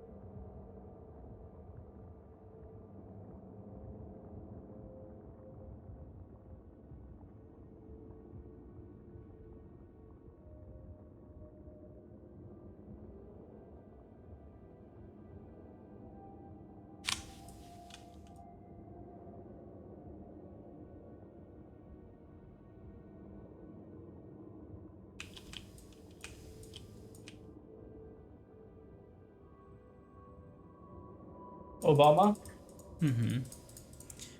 If they gave you a name of their homeworld, they would have given you Nirvana. Nirvana? Like the band? Like the band, yeah? That's not Abyss. Nope. But then again, maybe they just have a different name and it means the same thing.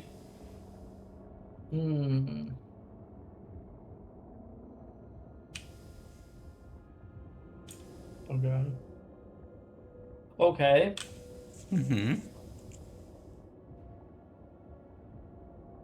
Okay. Alrighty. So now you have like the Arena's postulations in her private things. So she kind of points out that there are some tendrils linking to different places. Yeah. She said that if it wasn't for the tendrils, she would have not found something, I think. She said something like that. And you know that a tendril could, in theory, run between the astral plane and a different plane. But it couldn't run between the astral plane and the ethereal plane, probably. Probably not. But maybe it could run between a different plane through the astral plane to a different plane. So, in theory, there could be a tendril that like links the vibrant dream to the prime material plane, or the vibrant dream to the plane of Earth. The same with the abyss. And in theory, there could also be tendrils that link these unknown places to somewhere else. Yeah, these are theories. You would have to find out for certain if that is possible or not. But like generally speaking, Why not? Why couldn't a tendril run from a color pool to a different color pool? Oh yeah, true. Hmm? And color pools transfer portals from astral planes to different planes. Mm-hmm. And the guy that gave me that note in the Dragon Lair ethereal plane, Mm-hmm. it looked like a colorful thing that he came out of, Mm-hmm. but it was on the ethereal plane. Mm-hmm. Oh, also, uh, at which point of this drawing is the border ethereal plane? Now, if you want to research ethereal planes, we can do that. Okay, well, we'll Um, do that later. yeah. But then again, this would have at some point this would come up. Where would this come up? But imagine learning the spell etherealness. Maybe. Yeah, like that's this weird thing with the spell etherealness, which like positions you into the border ethereal, and then you can choose to go further. And if you go further, you're getting kicked into the ethereal plane if the spell ends. And if you don't go further, you get kicked back to the prime material plane if the spell ends. That's like the Is that ethereal how? spell. Yeah. And then there's the priest version that you also have observed, which is just straight to the ethereal plane. Okay. So it seems But that, anchored or as well. straight to the deep ethereal plane. Yeah. So my guess would be that this thing here is referred to as or the quote unquote ethereal plane probably means the deep ethereal plane. Yeah. You can think about this or go to look it up if you want to. I can. I wonder if I still want to do something. So one thing is I would like to get a better understanding of what the fuck tendrils are. Mm-hmm. But I wonder how long have I been here by now? We are at the end of the 6th week. Okay. Yeah, I probably want to learn about tendrils before I get into ethereal. Huh? Or should I first do ethereal, then come back to tendrils? Maybe there's some important information. Mm-hmm. I mean, Mm, generally speaking, tendrils has been covered in like astral plane things. You like more like thinking about applications of tendrils or how tendrils would be applicable at some points. It's well, unclear if tendrils are natural things or made things. They could, in theory, be made by something. They could also, in theory, just grow by themselves. mhm. That is a bit unclear from your research so far, and they not all tendrils have been observed. So why shouldn't a tendril exist that links two other planes through the astral plane that are linked through the astral plane? Oh, and tendrils are, do those travel just inside the astral plane? So if you wanted to transport to another plane, you would have to go through a color pool? Yes, tendrils Okay. are specific things on the astral plane. They're Okay. kind of like a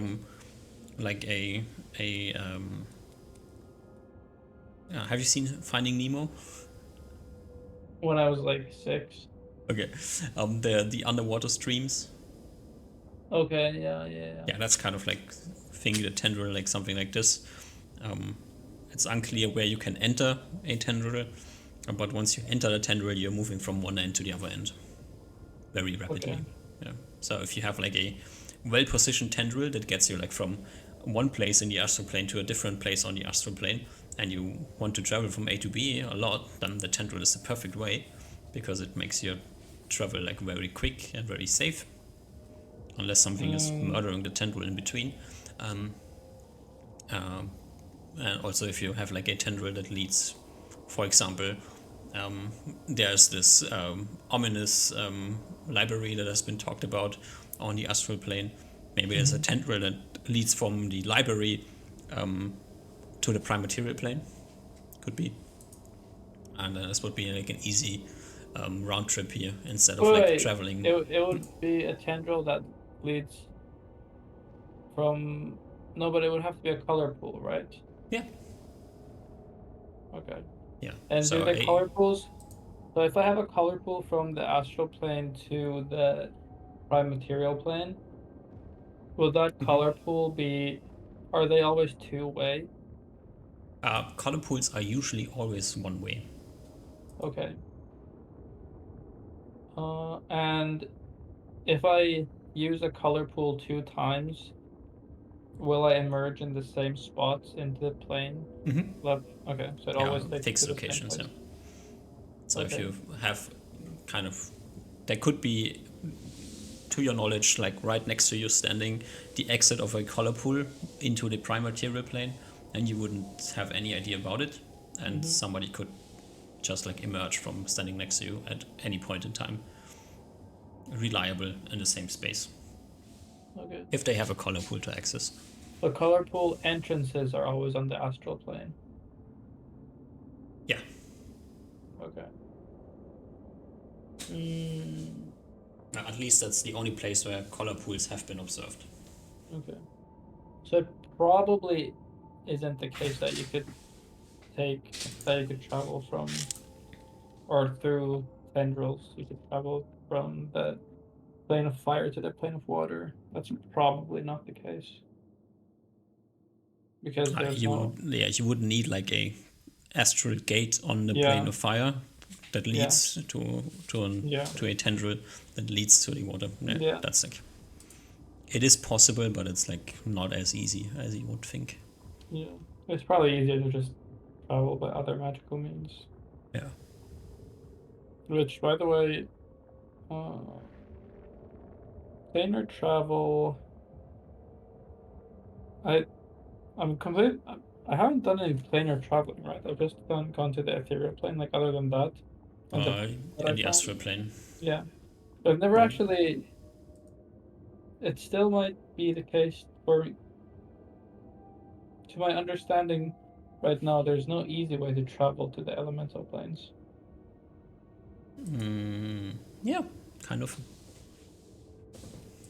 Not that you I probably mean, plane shifting, but you would have to be able to plane shift. plane shift. What is that? I have some weird spell. That's a priest spell.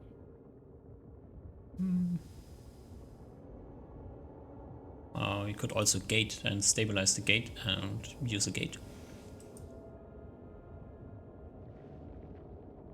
Mm-hmm. Or That's a ninth level spell. yeah, or find a rift. Mm-hmm. So it seems that travel between the material planes is hard, but then again, but summoning things from there isn't as hard because it seems that elementals are somewhat common. Minor gateway is a third level spell. I mean, in theory, two well practiced wizards could stabilize a minor gateway, Yeah, and then you could like somehow try to travel through the minor gateway into the elemental plane. but it also seems like, at least as far as I'm aware, that honestly the material planes or the elemental planes they don't seem to be maybe as interesting as the astral plane or ethereal Yeah, plane. probably. Doesn't seem like a good risk to reward. Maybe in the plane of air, but plane of earth is, I mean, how can you move if everything's just solid earth? Yeah, you need a borrow speed. Yeah. And I guess with water breathing, maybe plane of water would be okay, but plane of fire seems rough. Yeah. Yeah, so it seems that at least for now, the elemental planes aren't of great interest. Mm, okay. Uh, Now I have an idea of tendrils and color pools. And I know a little bit about what's behind the astral plane. So I guess I could start reading about the ethereal plane. Mm-hmm. Maybe I could figure out what these ethereal stones are.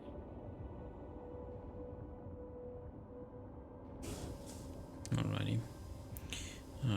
Oh, actually, I'd probably take a break from here, and I Mhm. think at this point I would try to figure out what the items do. Yeah. So we have the learning legend lore, getting legend lore, learning legend lore, researching a bit. It's gonna take you like a few weeks to get all these things done because of how the legend lore spell works. So let's like throw 3 weeks in the bin here.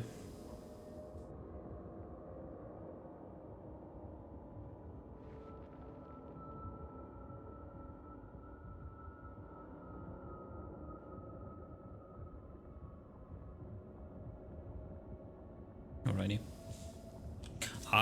Which puts us into the third month. So if you also want to get the dragon stuff done, that would probably be like your time to do this. Oliver has by now started to traveling over to Hatana Island, and Reuven is at the verge of finishing his Hobgoblin adventure. Is still lost and will be traveling to the eastern woods here. So Okay. no sign of anybody taking care of these dragon things. Okay. Then I would.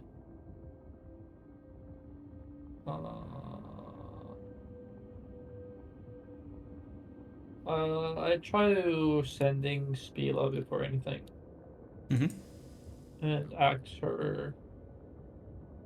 Uh, do you know anything about crafting with dragon scales? Where could I find info?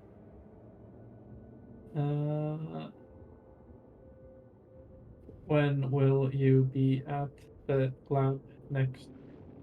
Best regards, so smart. This is not my time. I have no idea. Also, why would you do that?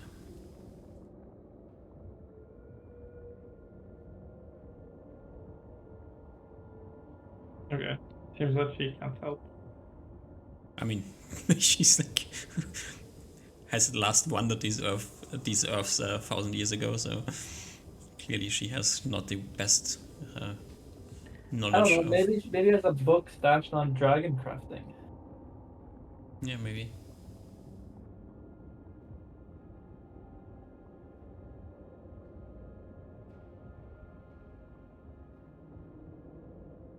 Because I imagine no one has experience with it before, or that's alive. So Probably not. she's the only one who could, in theory, have like some sort of book written about it, by like Goldsmith or something. Or something. Because I imagine I could find a talented worksman from our kingdom, but I'm not confident. Or it would be nice if I could give him like, hey, here's like a book on dragonhide crafting.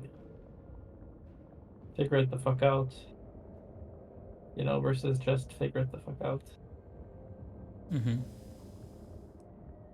Uh,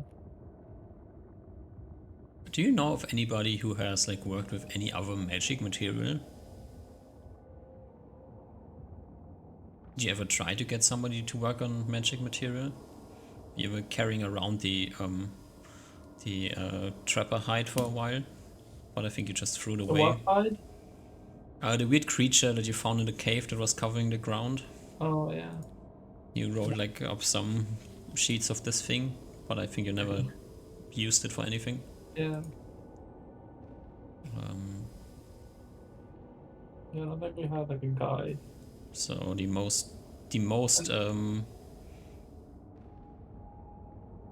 I mean, imagine yeah, there's not a lot of magic items being created, frankly. no, but there's like inherently magical creatures that exist, and maybe if somebody was like used to, for example, displacer beast hide.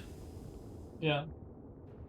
If somebody is used to like working with displacer beast hide, this would be like your go-to person probably, because at least they know that, how to work like magical things, or have worked with magical things, and your interpretation is probably that the dragon hide is somewhat inherently magical or something.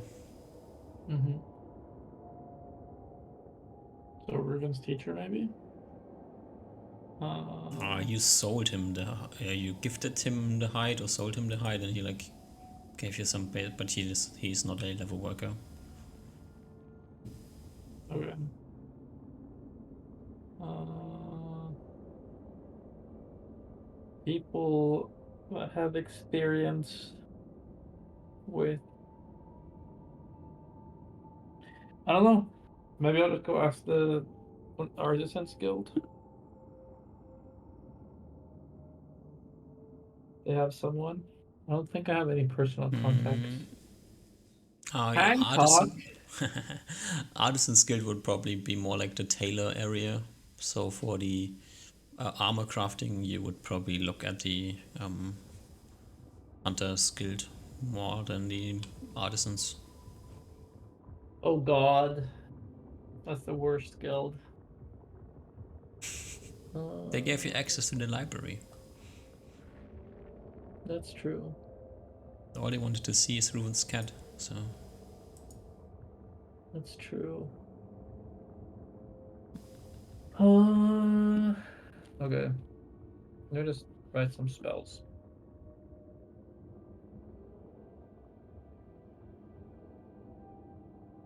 Hopefully, everything will be fine.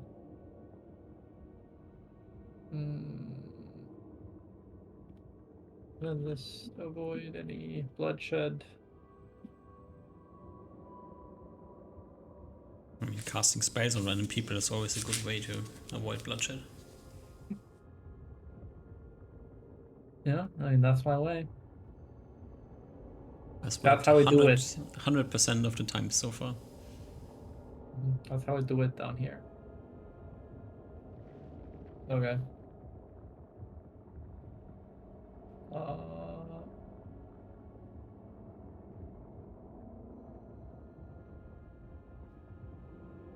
uh,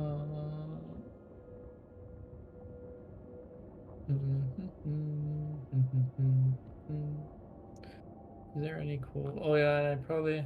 How much money do you think I spent for this? How many days was I here? Where? We can just do that calculation later. Never mind. Yeah. I guess like But I'm gonna remove like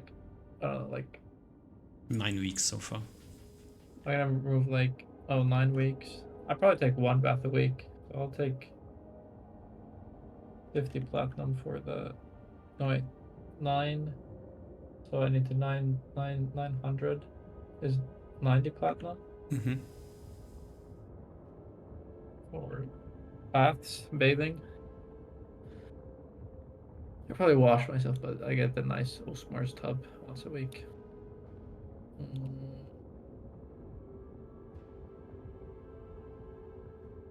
I also invite Dave into the tub. Yeah, unfortunately, Dave can't take a bath with you, but he appreciates your offer. Okay.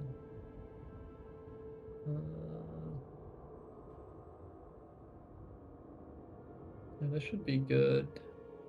Right, for teleporting, I need teleport, feather fall, and polymorph. And clairvoyance.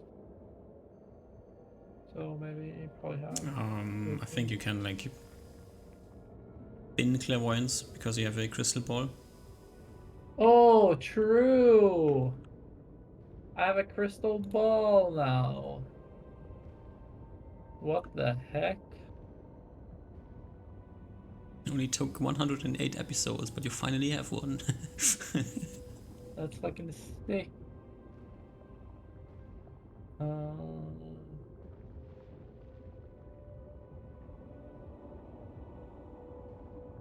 Then I don't know. I mean, I don't think it matters. Wait, is the reverse of tongues like a funny spell? It's super funny.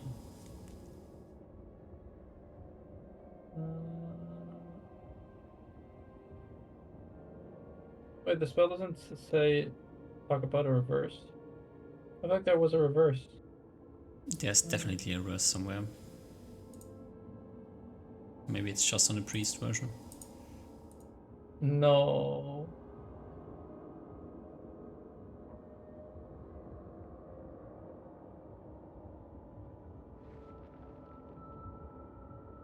No, it says reversible on the wizard spell. The reverse of the spell cancels the effect of the tongue spell or confuses verbal communication of any sort within the area of effect. But it's the priest version, so. No, that's the wizard version. No, It's the same thing. I read the priest version.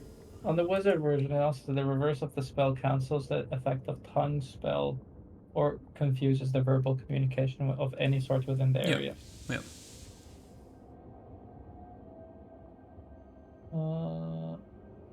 Okay. So I'll have a tongues just in case I meet Hancock or something. I don't know. And I don't know, Wraithborn. Seems good. Alrighty. And yeah.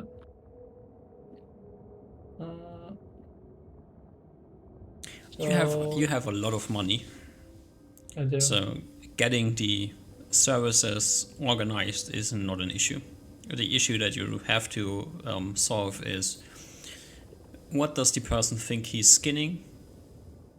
How does he? What is he doing with the things? And what does he believe that he has been doing? Wait, is the existence of dragons not public knowledge yet? No. It is on Hatana Island. It is public knowledge. On the mainland, it's like maybe some people are talking about it, but it's not like readily believed. You would be springing some knowledge onto people here.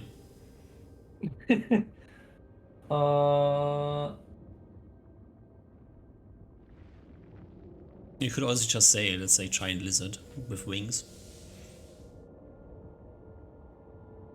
Yeah, I mean, I don't think it matters what you call it. I think the guy who does it will say like, "Oh my God, there's this giant thing with scaled wings." Yeah.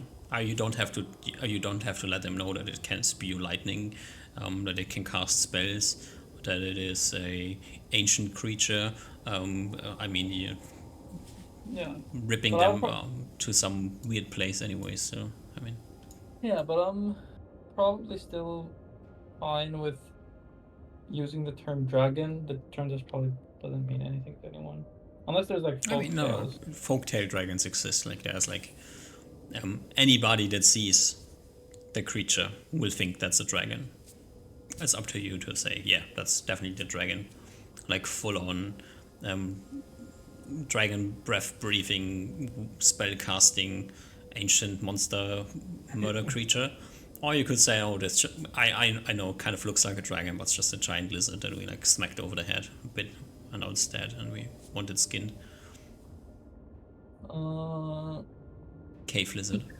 I mean, I don't think I personally care about keeping it secret that much. Yeah, I'm just saying that's like the things you have to consider.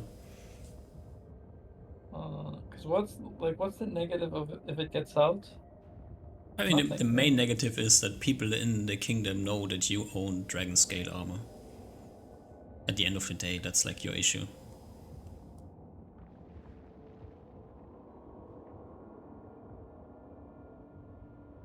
So anybody who wants really fancy armor is probably looking at you.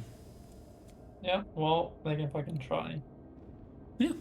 I don't think dragon scale armor is going to be the most impressive thing on me that people know that I have. I mean, it's immediately obvious. I mean, I think the elemental protection robes are immediately obvious. If people would know what they are, they would probably hunt you down for it, yeah? Then maybe would try, or maybe like some people would be very interested in having them. But they're not immediately obvious as a one-of-a-kind type of thing. They look fancy, but nothing on them is out of the ordinary. I mean, honest to God,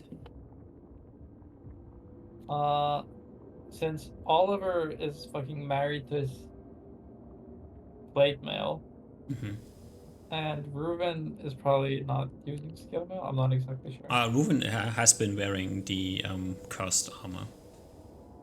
Yeah. But he had that thing with the gloves. They gave AC, right? I guess dragon armor would be better AC. But Let's quickly go like just check mechanics.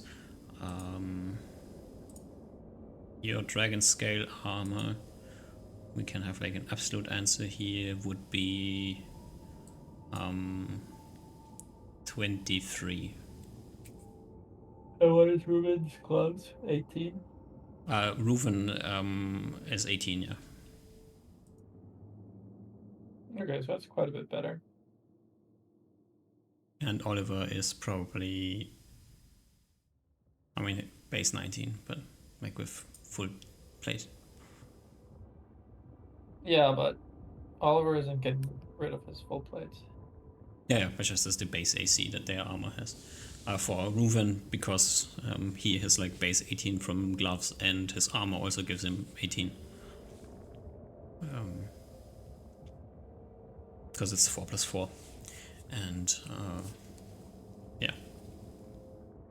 Both of them would, in theory, increase the AC with the dragon scale armor. Yeah. More importantly, reduce carry weight. But then again, carry weight has become a non-issue with them both being at 18-100 anyways, so if you want to have like really fancy indestructible henchmen. Yeah. Or I think it's just a good trade item. That's really what I'm thinking mainly.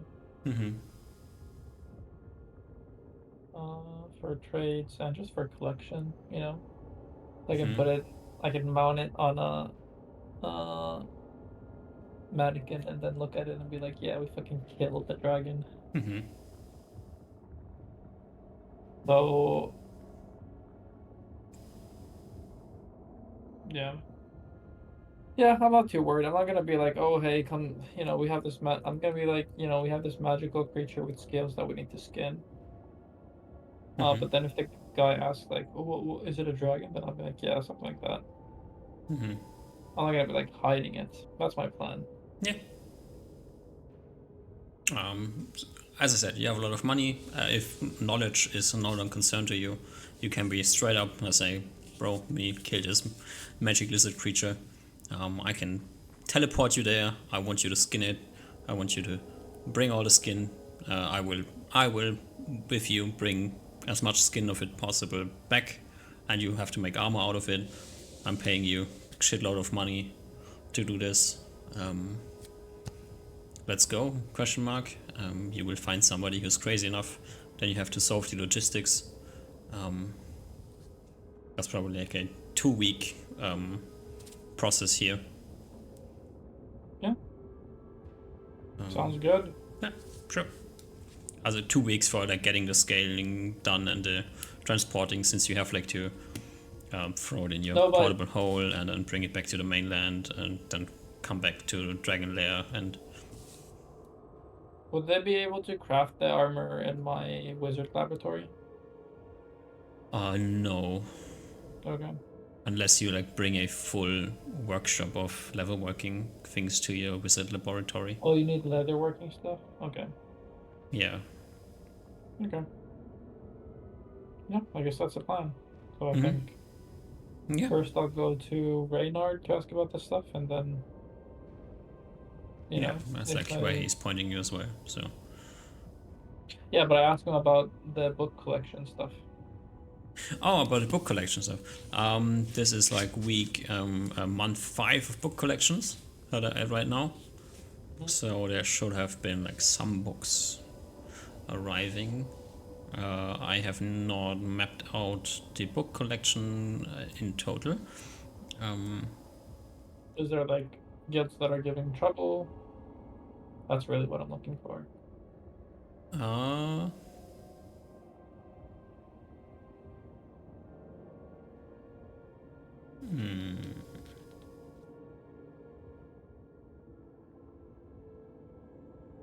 I think you threw enough money on it at it that it's probably not too much of an issue. It's more like a time issue to find the relevant books. Okay. Unless you want to like really deep dive and like shave off like weeks, I think No, we can ignore it. You have no. found like so many new books that it's like almost like not necessary anyways. But Okay. That's awesome. yeah, This like is awesome. yeah, it's going to take like 10 months or so for your book inquiries to be finished. After which you will have like the baseline. What is 5th level, or where did we go to? 6th level? I think 6th level. Yeah. Books done, and then you have like all the new books that you found that you can add, which will bring you to 7th level without much issues.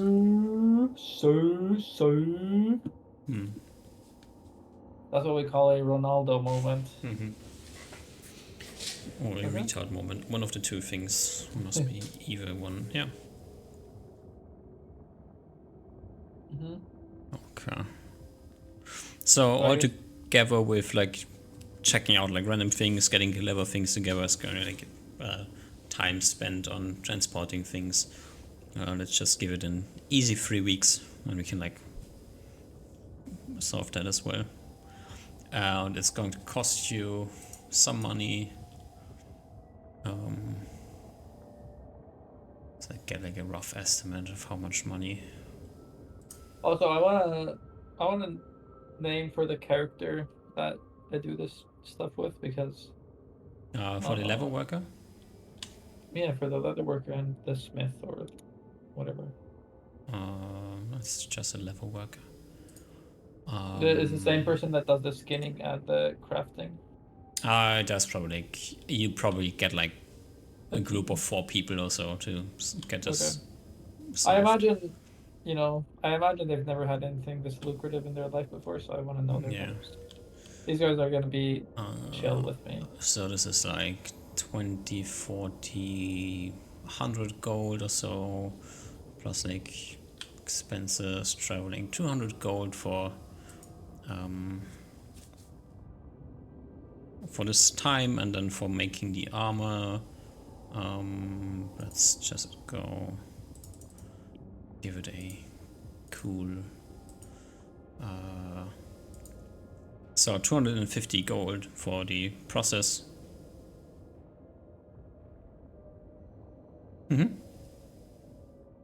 What? For the entire thing? Yeah, I mean, you're just paying them to do their work, and you paying them twice as much as you would usually pay them. And does anyone ask about, or did they figure out it's a dragon? Everybody immediately figures out that it is a dragon, but they are kind of you found like the crazy people anyways. So let's quickly check like where we are on the gender scale here. It's 3 guys and 1 girl. So we have Larry and Harry. Larry and Harry are the crazy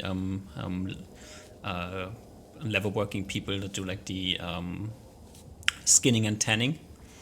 And then we have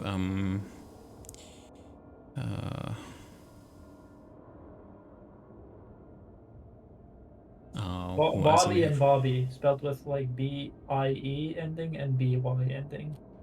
So Bobby is the guy and Bobby Bobby. is the girl. Yeah. Yeah. Bobby and Bobby. Alrighty. Okay. And Bobby these and were the Bobby craftsmen. are the craftsmen, yeah. That like do the cutting and crafting and weaving for you, yeah. And you can make, what do you say, like 5 sets of good leather, good like blue dragon leather armor from this. Because like many Okay. of the like central And body scales, they are too large. was They it don't really work. 250 gold for all of them total or each separately? No total. Okay. I will give them a good pay. I will give them all I'll give them all 250 gold. Wait, let me look if I can afford that. Where's the Breaking the economy here. I know. That would be 1,000 gold total, right? Yeah. Yeah. You know, I appreciate their work a lot. So So I give just them for each. context, so Larry and Harry would like expect to make 25 gold in a month of work, and I don't know, Larry and Harry would make like approximately like 20 gold in a month, and Bobby and Bobby would make 25 golds. So you need them for a month of work, basically, and like with all the crazy shit and having to pay for like the food and all, like just doubling their wages. That's like where we end up. But I give them all 250 gold. Alrighty, you massively overpaid them, and I will let you know if you come across any other weird-looking giant lizard creatures and want them cut down and made into armor. Just let them know. They're looking forward for further employment. Well, Wizards always pay well. Remember that. I tell them. they laugh, since wizards are commonly known to be super stingy with their money and never pay well. And what the fuck? Yeah, I mean, that's what it is. Alrighty. Month number 3 has been finished. You have your... Oh, wait. While they were doing the stuff, I imagine I probably didn't teleport back home. I probably wanted to spend the time in the low bay or wherever the fuck they wanted to do their work. You have been like constantly teleporting back and forth for the last 2 weeks Okay. because you need to like the way to transport the lever is via your portable hole, Yeah. and your portable hole like fills up quite quickly, and you have to Yeah. bring that back and then Yeah. come back to the cave. So having the And recall are they amulet set doing there, I think perfect. are But they doing the work in Barrios or Low Bay or Tarega or low bay. okay.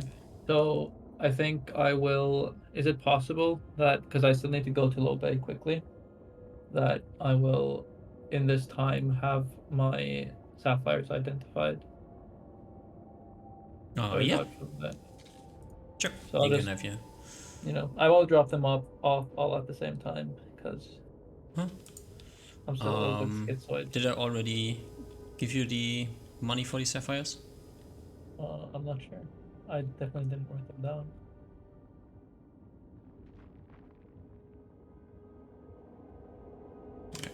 Just give this to you. What is this? It's just like the left side is the amount of money that they are worth. The right side is These just categories. are these sapphires? Yeah, these are the 12 sapphires you found. Okay, and then I 12, 1, also 2, 3, find 4, 5, 6, 7, 8, 9, 10. Yeah, 12. I also found 25 other gems in the dragon lair. I also didn't give you them. I don't know if you did. I didn't write it down. I think like something I wrote somewhere. Oh, these are pretty expensive sapphires. Yeah, fancy sapphires with the blue dragon. Yeah, true. That's the other gemstones. Wait, how many zeros is that? It's Is 12 that sapphires and 10 grand? yeah. I have one more. I actually have I think it was a fancy emerald that was 10 grand from somewhere. So this is 1, 2, 3 more of these. I'm gonna put a note here, 3 sapphires. 1 emerald.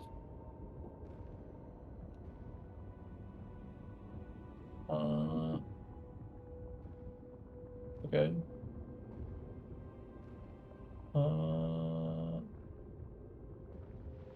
Okay, I'll write this down some other time, but yeah. Mhm. And was the payment 10 GP per gem? Yeah. And this is what, 370 gold? 23 and 12, 20, 35. 23. Wait, 23? I've written down 25 other gems. That's 23. Okay. Unless I have something else in here. Let's go check. Where are our gems? 12 sapphires on the dragon. Oh yeah, here it says 25, but that's wrong. It's only 23. Okay.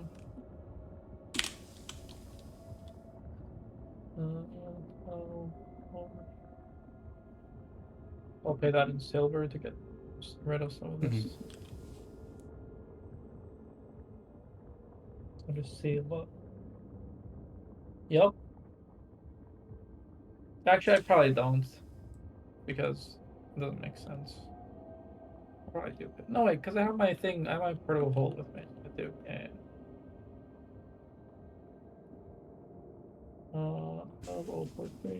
Yeah. And I have my spell to make it easy.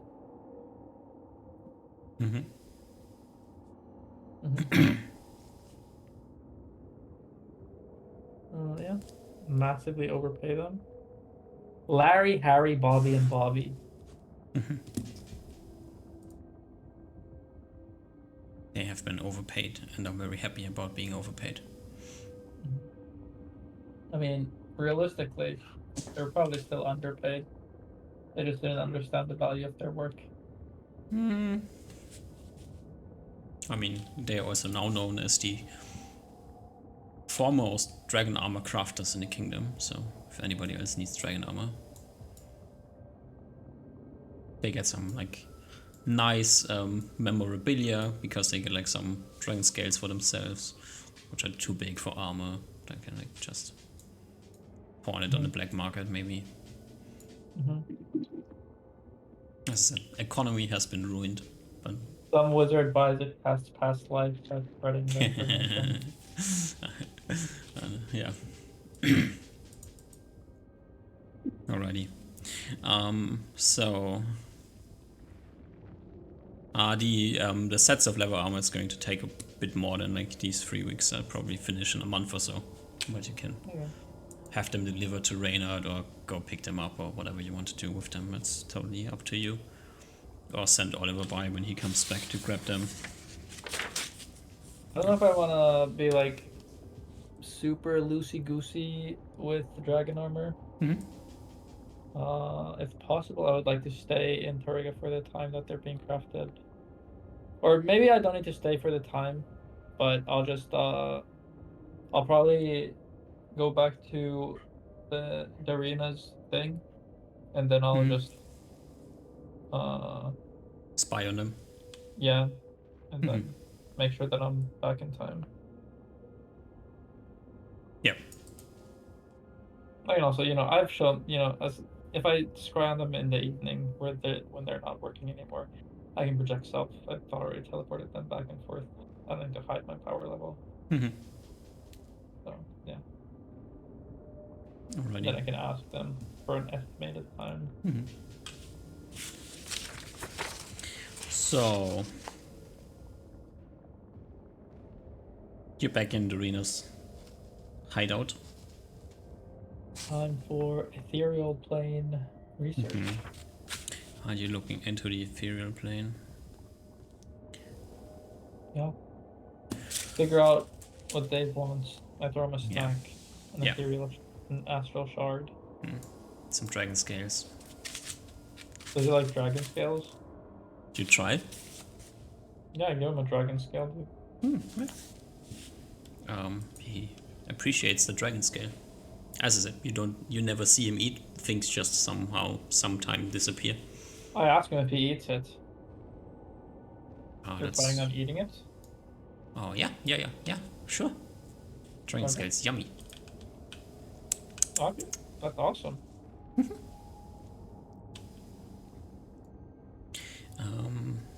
The ethereal plane. The ethereal plane. The ethereal plane is mostly extremely boring. Okay. Yeah. There is this misconception of the border ethereal and the deep ethereal,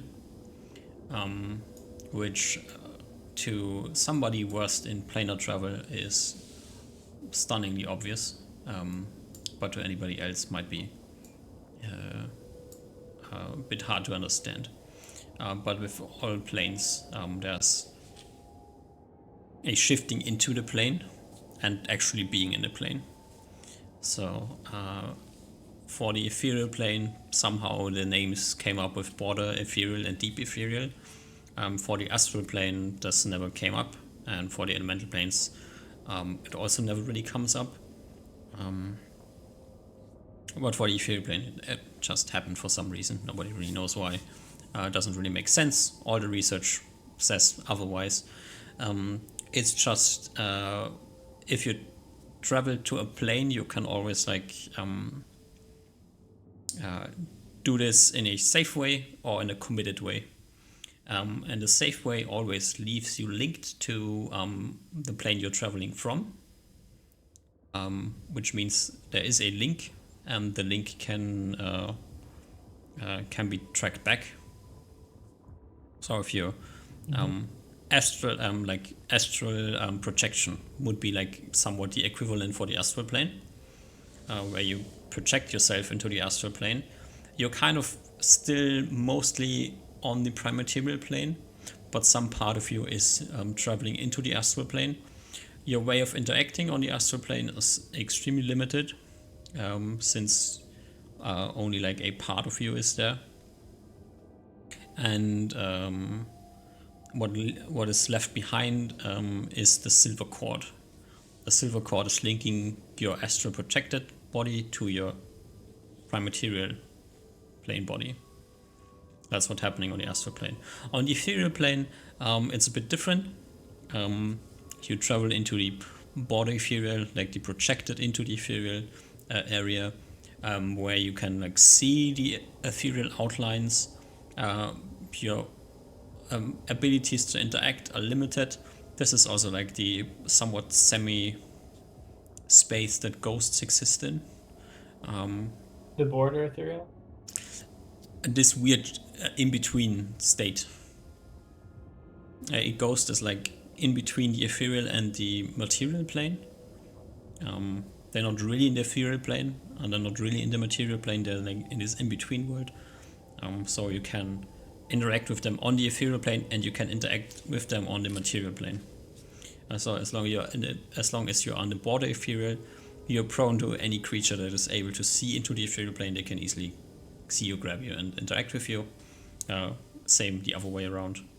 And once you're in the deep ethereal plane, you have left the material plane behind and are now existing on the ethereal plane without any safety mechanisms or anything. You're just there. And being all the way in the ethereal plane, you can interact with things on the ethereal plane, since all that you are has been translated into the ethereal plane. You following? Okay. I think so. Okay.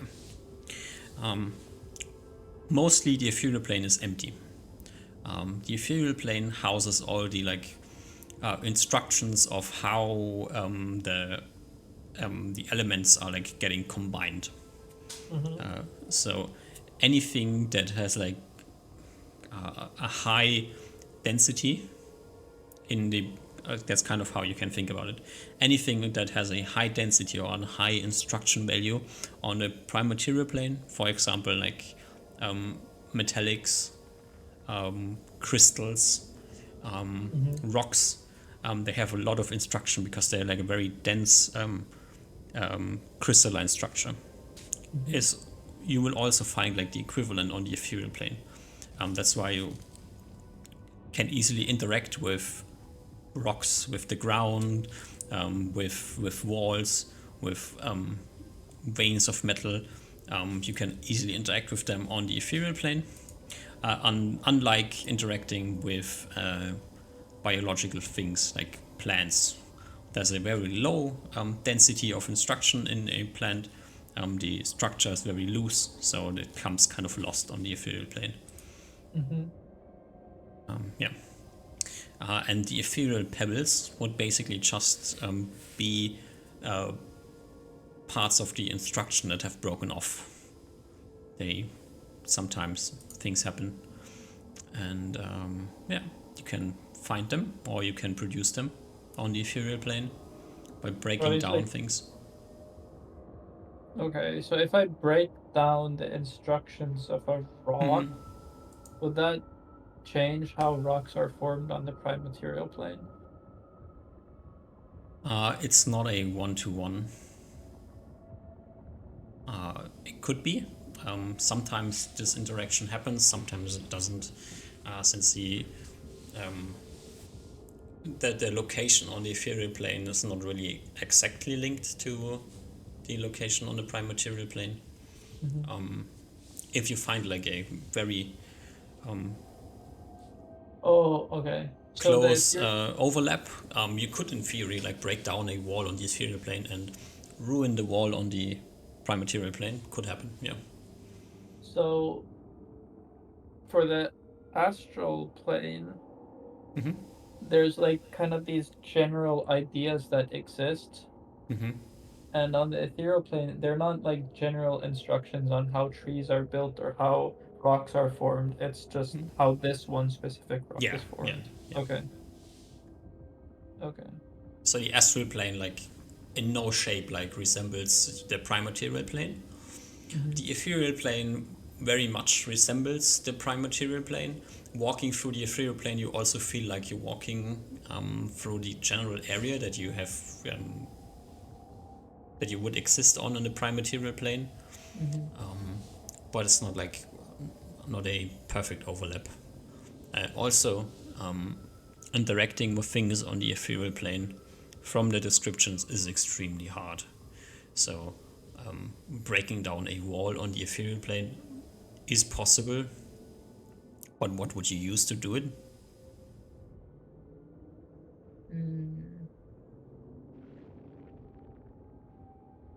That is a question that is hard to answer, since you're like not mining things, you're mining instructions.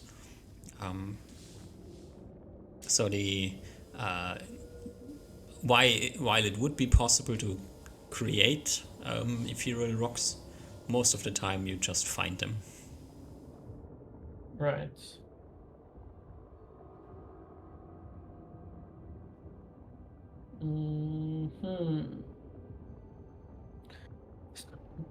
If I wanted to find an ethereal rock, I would literally have to go on the ethereal plane and just walk. Maybe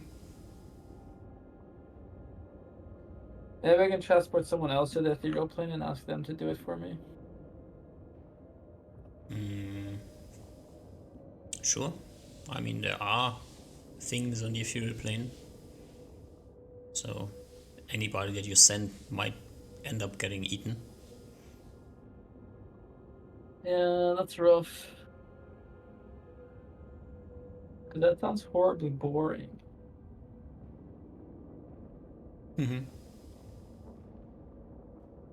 But maybe it's also horribly easy because you just like quickly make a 20 minutes walk in the ethereal plane and grab like a handful of pebbles and bring it back and chill. Maybe. But it sounds like it would be a pretty rare occurrence.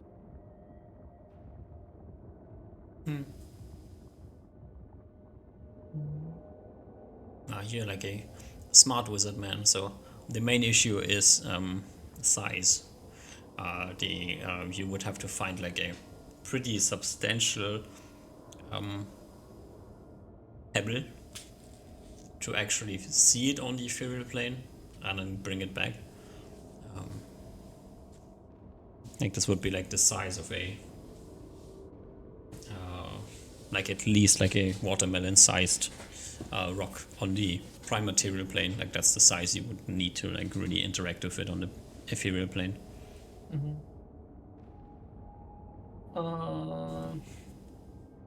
Is there any way?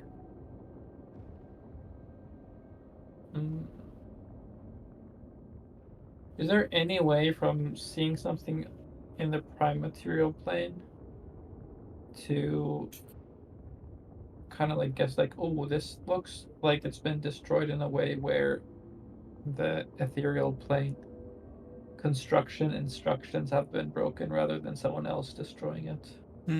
I mean, generally speaking, you would look in areas that have like a lot of breaking down things. So any type of active mountain, or like where there's like rubble on the mountainside, that's like the area you would look for. So the edge of the world is probably like the perfect place to go hunting for ethereal pebbles, but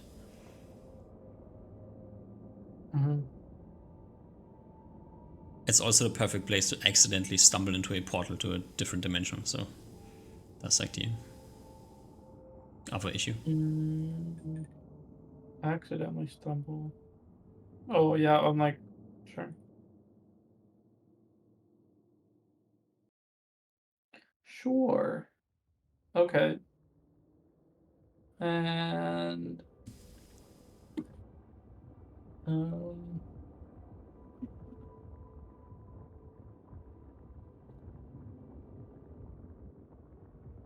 Also, since I mentioned it here, while you're looking into the ethereal plane,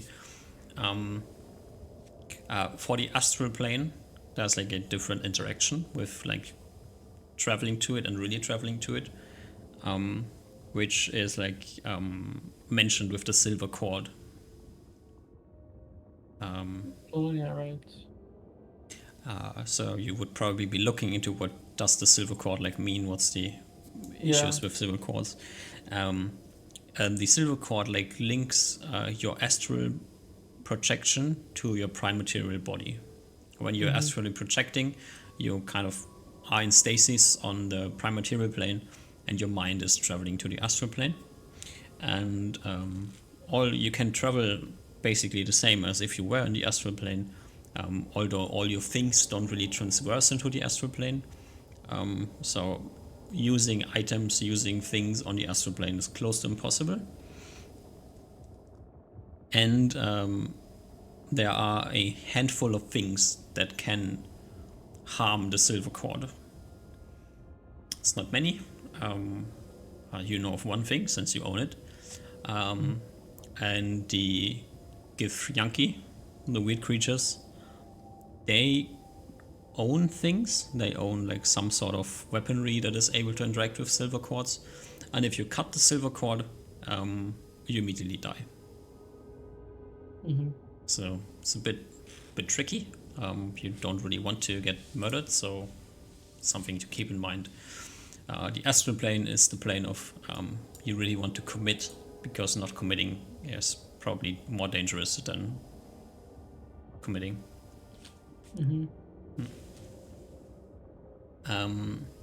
But then again, like astral travel is super easy. It's like super easy. It is a easy spell to pull off. Really traveling to the astral plane is much harder. Unless you find a portal, I guess. If you don't have a portal, yeah. So the fact that the portal exists and you know of it gives you the possibility to travel to the astral plane. And with really traveling to the astral plane, all your things get translated to the astral plane as well, which means they work as intended, basically, with like minor side effects. But so when you remember you were traveling to the ethereal plane and you were checking like your spell components, they existed because you really traveled to the ethereal plane. On the astral plane, like astral projecting into the plane, this would probably not be the case. But if you like gate there or like plane shift there or use the portal and you really translate into the astral plane, you have all your things with you. Mm-hmm. Mm. Okay. I had a question, but I already forgot it. Makes sense. Oh, if let's say okay, so I guess I don't know if this would be answered in my reading of the ethereal plane. Maybe I need to start reading on the elemental planes. But let's say I was accidentally shifted into an elemental plane and like cast etherealness and went to the deep ethereal plane. Then if I cast etherealness again, could I come to the material or prime material plane, or would I return back to whatever elemental plane I was in? The main question is, would the ethereal spell work as intended on the elemental plane? You know that it works when you're in the deep ethereal and you use the spell. It brings you back through the border to the prime material plane. So the main question is, if you are already like removed from the prime material plane and use ethereal, does it even work? That's the main issue. My understanding is I would guess yes. If you're on the astral plane, then probably maybe not. But for elemental planes, I feel like the answer would be yes, at least intuitively. Let's Because just quickly jump back to our nice drawing here. So now it becomes like an area thing. Imagine like this is like the safe prime material plane. Let's get a different color. Let's use this one. So that's the safe prime material plane. If you like transverse from here to the ethereal plane, your location on the prime material plane gets kind of translocated to the ethereal plane. yeah. So if you're like somewhere on the plane of fire and you translocate to the ethereal plane, Yeah. you are still like in the location, the kind of physical location of the plane of fire. So if it works, then it probably would like arrive somewhere here, and then you would maybe have to like walk all the way over to the safe area of the prime material plane to translocate back. Probably doesn't work because Yeah. I mean, this is a three-dimensional drawing, but I imagine you couldn't walk from the prime material plane to the Yeah, elemental that plane. is like the thing here. Like, how do you get from A to B? Also, since like A and B are the same property in relation to etherealness. Yeah. So maybe it works totally fine and it like just translates you to the ethereal plane, and then you can easily shift back to the prime material plane. Or maybe it doesn't work. Well, I imagine this part at least should work. I imagine this part should work. Yeah, probably. But and that's just what I feel like. Because the elemental planes also have instructions for how things are built. They do, yeah. So they are somewhat linked in some way, shape, or form, yeah. yeah, so it feels like it should be possible, but yeah, this is the questionable arrow. This.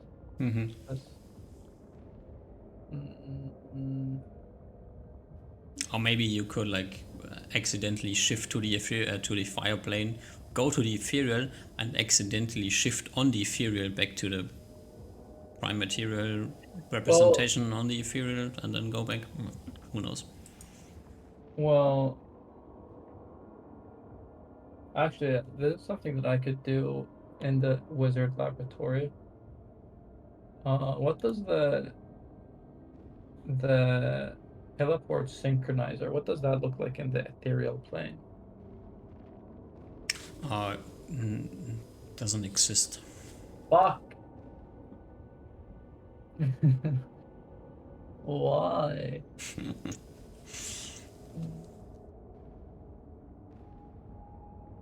Oh, interplanar. Oh no, interplanar travel is not possible.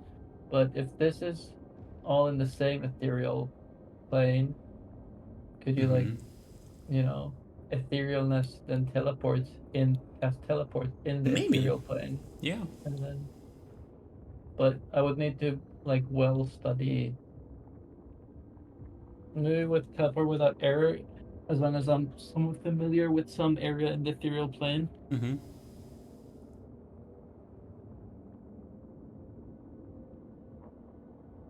Right.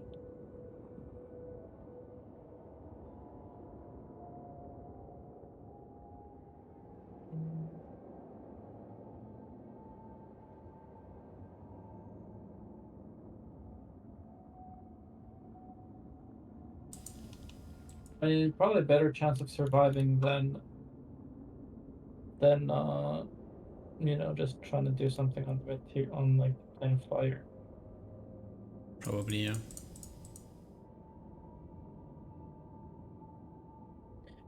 Seeing casualties on target from 09 to 96.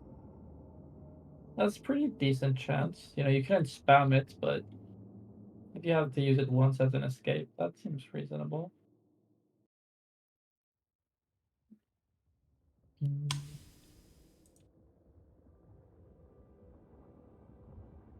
And I guess Darina's journal, earlier she writes about the material planes, I think. Uh,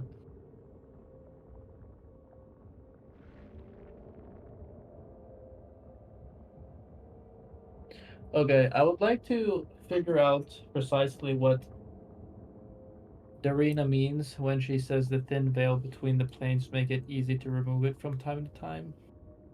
Mm-hmm. I would like to figure out what she means by that. How would you go about figuring that out? I don't know. I'd hope that, she'd have written about it more extensively. So probably go through her. I guess her journal is probably longer than 3 pages, so Mm-hmm. I'd go through the journal and reread the area where this part is from. Mm-hmm.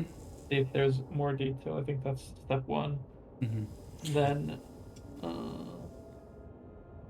then I guess I'd probably, because the thin veil between the planes here at the edge of the Earth seems to be the veil between the elemental planes rather than the astral or ethereal plane. I mean, maybe those exist, but I haven't. I don't know if there's any reason to suspect that. So then maybe some of the books she has on the elemental planes would have some sort of idea about this. Mm-hmm. So that's the order. First, I read her writings in her journal, then I read Yeah. uh, the elemental plane stuff. Yeah. Um. Your guess is pretty decent. So what she like talks about here, and what gets like referenced in like some general books that you find, is the one of the properties of the edge of the world, is that the meeting of the elemental planes is not quite fused here. So the general landmass is finished. Ah, So here at the edge of the world, from there's like places where the elemental planes have not finished creating the prime material plane, so they're kind of existing next to each other, which makes it easy to slip into a elemental plane. Also makes it easy for things out of an elemental plane to slip out. That's why there's so many elementals here. okay. Uh,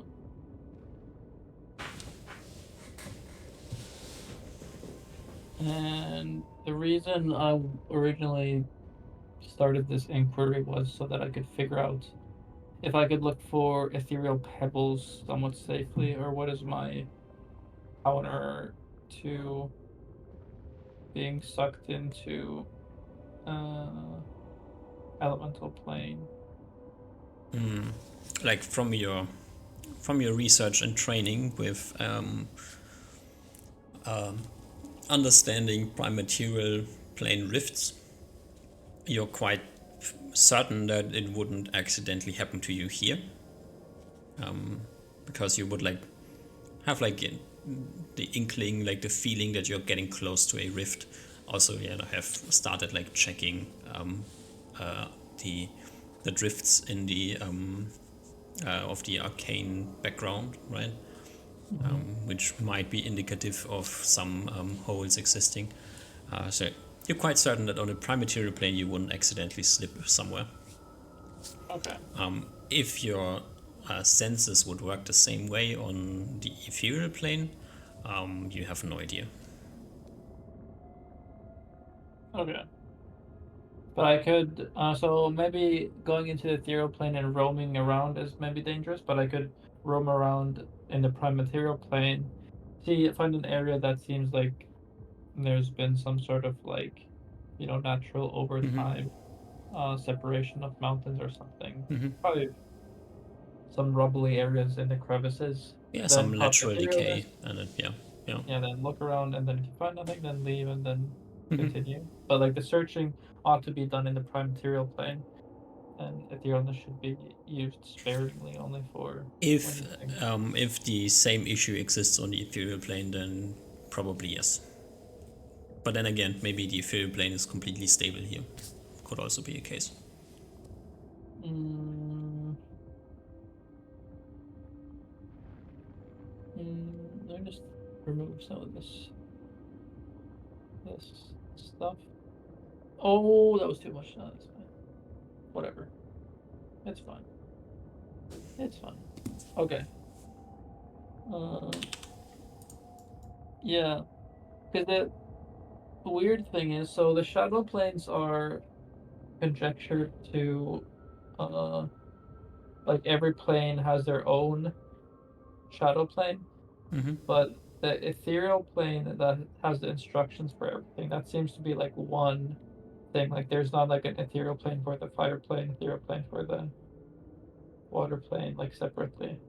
Remember, there could be, but it seems like in theory, by the CPC model, we would expect that one ethereal plane uh, would be responsible for the the structure of all the other planes or bog planes.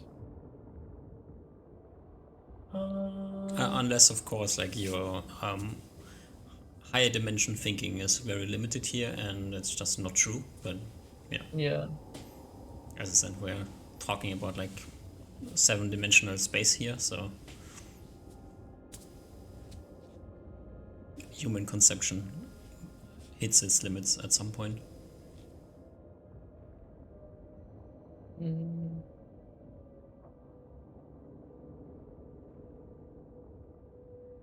Because no wait, because the prime material plane,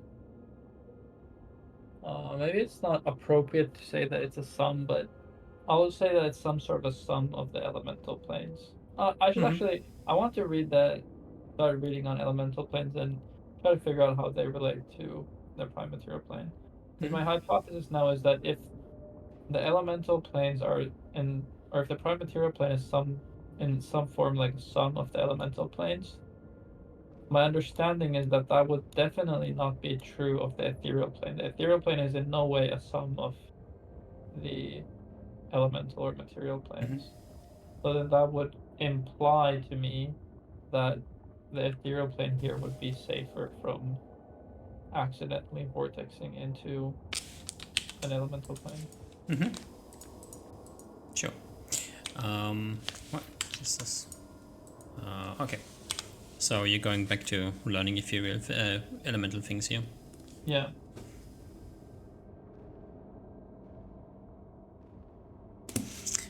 Okay, so But I'm still checking on the dragon armor situation, so I need to go. yeah, Maybe it's be like in and out. one more week. Like the week after this is when you have to jump back and collect things. The central thesis on the elemental, like the question that you're trying to answer, there is a central thesis on how this works. And the central thesis, that is like the kind of working theory here, is that while the two-plane intersection model works very well for us to conceptualize things, the reality is probably that all the elemental planes and the material plane, all the elemental planes and the ethereal plane lay directly on top of each other. So they are not like distinct locations, distinct places in a room, or in a three-dimensional system, but instead they are just dimensions stacked on top of each other. So, which would lead you to the idea that to any place on the prime material plane, there exists a place on every elemental plane that relates to this exact position in space, and then also a position in space that relates to the ethereal plane as well. And through the instruction from the ethereal plane, the necessary compounds of the elemental planes get pulled together or weaved together to create the thing on the material plane. That is the leading theory. Okay.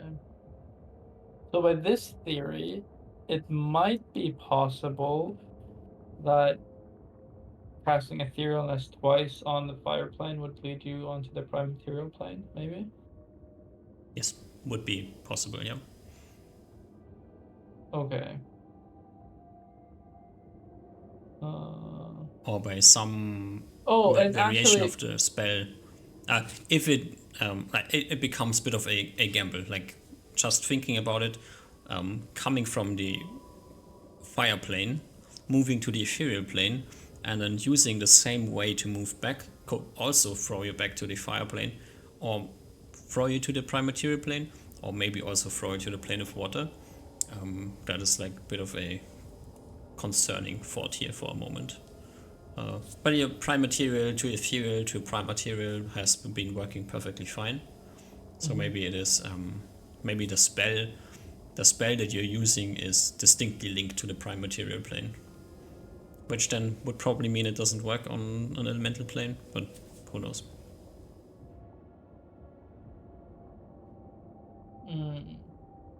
But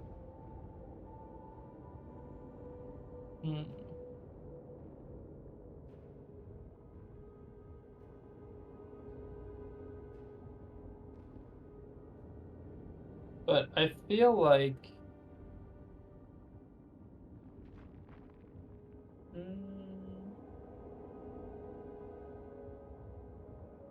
with this perspective, it seems unlikely that in the ethereal plane you would get rifted to a elemental plane. That seems weird. I can't make sense of this idea. Then again, it is maybe a little bit part of a topic. Yeah, I said that's like 7-dimensional thinking is very rough.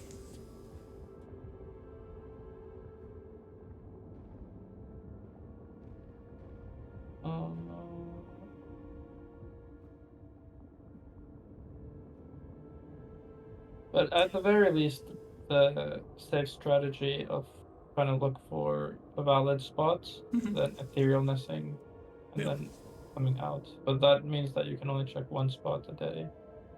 Or two, yeah, one spot a day. Yeah, because you need 2 ethereal spells to do it. Yeah. But, after I check my spot, I can just teleport back here because there's a teleport stabilizer. Mm-hmm.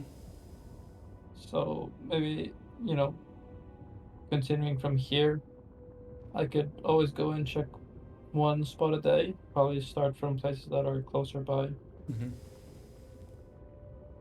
Yeah. as long as I'm able to avoid the drifts. Mm-hmm. Are you interested in the descending theory on elemental planes? Descending theory? Yeah. What is that?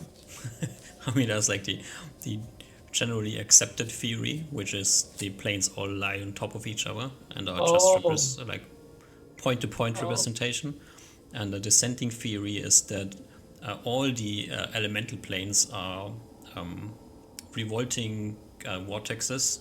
They are like drifting in a circle, and the prime material plane gets like created in the areas where they like interact with each other. So they are like 4 distinct dimensions, and they loop with themselves and all like overlap in a single point. And from this single point, the prime material plane springs into existence. does this theory acknowledge the existence of the ethereal plane or the Yeah. role? Is it The role of the ethereal plane is basically the image that gets created from every single instance of prime material fusing, and that is what the prime material world looks like.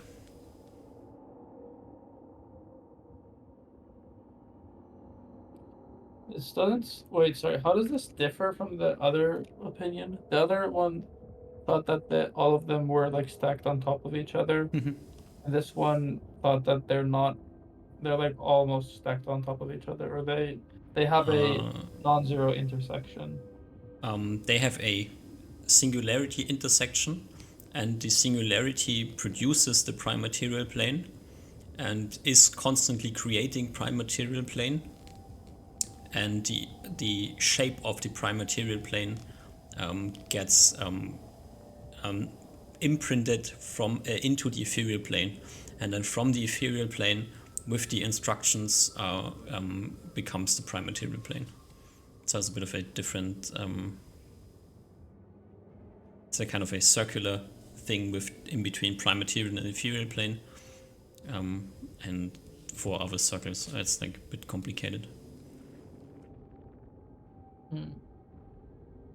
In the descending model, there exist 4 distinctly different planes that are not not linked to each other except for the singularity point, and yeah, which kind of would also make the entire prime material plane exist in the singularity, but that's also, like, as I said, 7-dimensional thinking, very complicated. From Darina's journal, does it seem like she preferred either theory? She clearly prefers the prominent theory, Okay.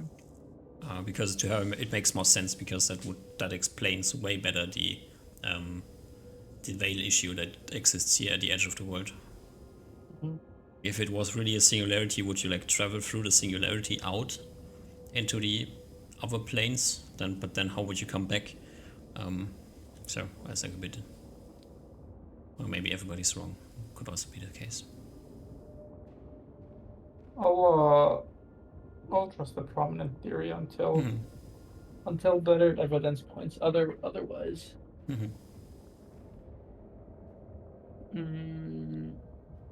Oh, my Excel sheet is completely fucked again. That's nice. I thought I fixed this at some point. Okay, whatever. Okay. It seems like I've gotten quite a lot of answers actually already in a pretty short amount of time. Yeah, one of the benefits of being a 19 int research wizard is that you quite capable of understanding concepts.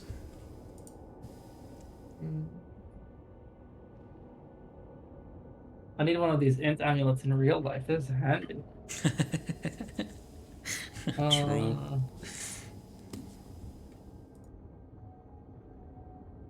Also having like a maybe the prominent researcher, but most prominent latest researcher in Plane of Things writing their thoughts to you personally makes also helps. Yeah. And having a maybe demon bookkeeper that like points you to the right books from time to time also helps. Everything would be very useful in the real world. Yeah, true. Librarians are very useful in the real world. No, they're not as cool as Dave. That's true. They can't like telepathically communicate with you. Yeah. Yeah.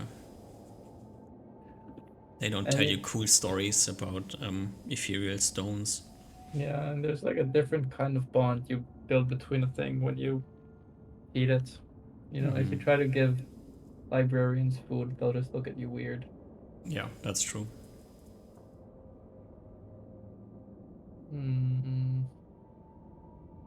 Okay. So now we are somewhat comfortable with the astral plane, somewhat comfortable with the ethereal plane. Still, elemental planes are still kind of wild cards. I mean, everything is kind of a wild card, but Yeah, but elemental planes more. But I'm really having from Darina's journal. Does it seem like Darina was really interested in the elemental planes? At least later on, it seems she was more interested in the astral plane, or things that come after that. generally speaking, it kind of feels like that was one the beginning interest, and then somewhere it turns. Yeah, because I'm also finding that elemental planes are probably, I mean, less interesting. Uh, but maybe there's some important lessons to be learned about the elemental planes.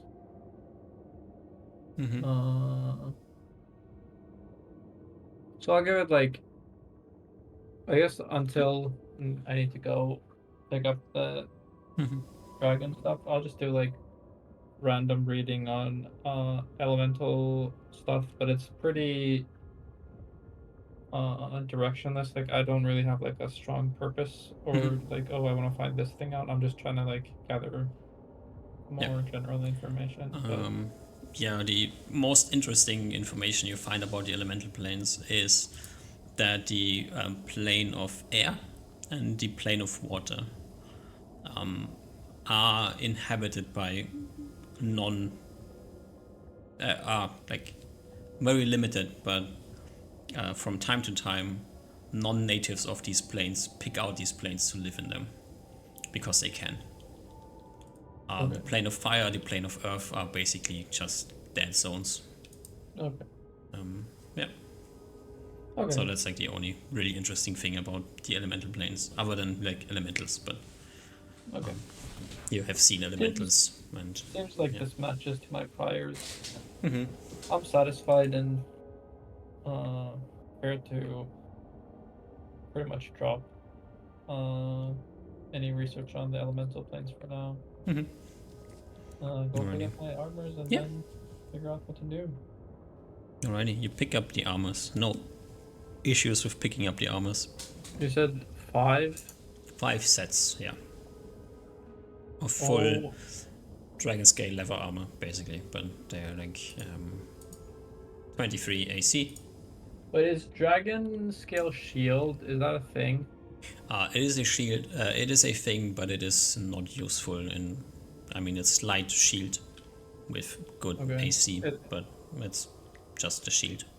It doesn't give like bonus AC. Nope. More than okay. I mean, it will look cool though. Wait, dragon scale shield. I want to see if I can find a cool Google image thing. I feel like it was pretty cool in Dragon Quest.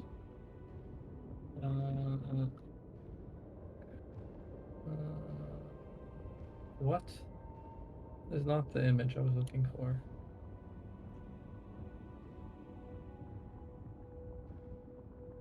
Sorry, 22 is the AC of the dragon armor, not 23. I guess dragon scale shields aren't that cool. Nope. Yeah, I'll probably just make armor.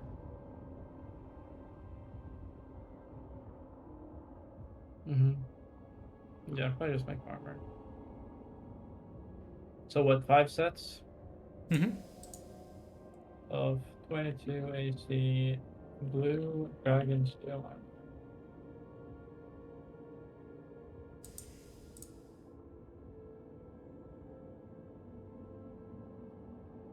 Wow. Yeah, I'll go put at least one on the mannequin in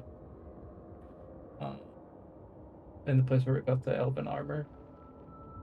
The lab inside the room. The elven armor is from Spilas. Yeah. It was on a mannequin, I believe. Probably, yeah. So on that mannequin, Yeah. I'll put a set of dragon armor. And admire it. Yeah, it's cool. Looks fancy. It's like this bluish, shimmering thing. Kind of like like you would imagine the sky above the desert to look like. It's like this light blue. It's not a dark, it's a light blue. That's nice. Oh yeah, also I think before I TP out, I'll go visit Reynard again in Tariga. And I just talk to him about some of the research I did. And talk to him about, the planes that what was it called? He Central totally Plains listens. Construction. He is like really supportive, but he clearly has like zero idea what you're talking about. I draw him the picture. It's a cool looking picture. It's almost looks like a cube. Well, it's an 8-sided cube, so it's a octahedra. Yeah, it's really cool. Yeah. Wait, how much longer until the books come? 5 more months or something? Yeah. Okay. And what was the timescale on the other people's stuff? The other two are like finished around this point in time with what they were doing, and so Ruven is done with his trying to talk to the weird guy in the forest, and is now spending some time making a bow and trading with his new companion. And Oliver is returned from Hatana Island after almost dying to giants and killing the white dragon, and is probably just doing random paladin things in the kingdom right now. Okay, so let us review some options. So one option is to reconvene now. Other options are. Just for the record, Ruven is like finished with his things, and is we can call him back at any point in time. But technically, he is spending 2 more months, if no interruptions, with the Kira in the forest. Getting used to the Kira's abilities and general combat things. That's fine. I can be an interruption. It's good that we have this extra conditional. So our options are regrouping now is one option. Second And option, also, Oliver would have like probably informed you about his theory of having to get rid of the Death Knight in the southern city. Wait, why? Because that is his working theory that the Death Knight in the Southern City is the uh, possesses the divine weapon for the Hanin Sutta Paladin. Aliran? Because it might be. No, Wait, who is Shun. Minnesota? The Elephant Man. Yeah. Yeah. Wait, doesn't that guy have beef with With Nier's the. thing? Maybe. And Wait, she. wasn't Honey the fucking elephant? Yeah. Wait, didn't this one have beef? Yeah, maybe. Wait, okay, I just want to be clear. Mhm. Uh,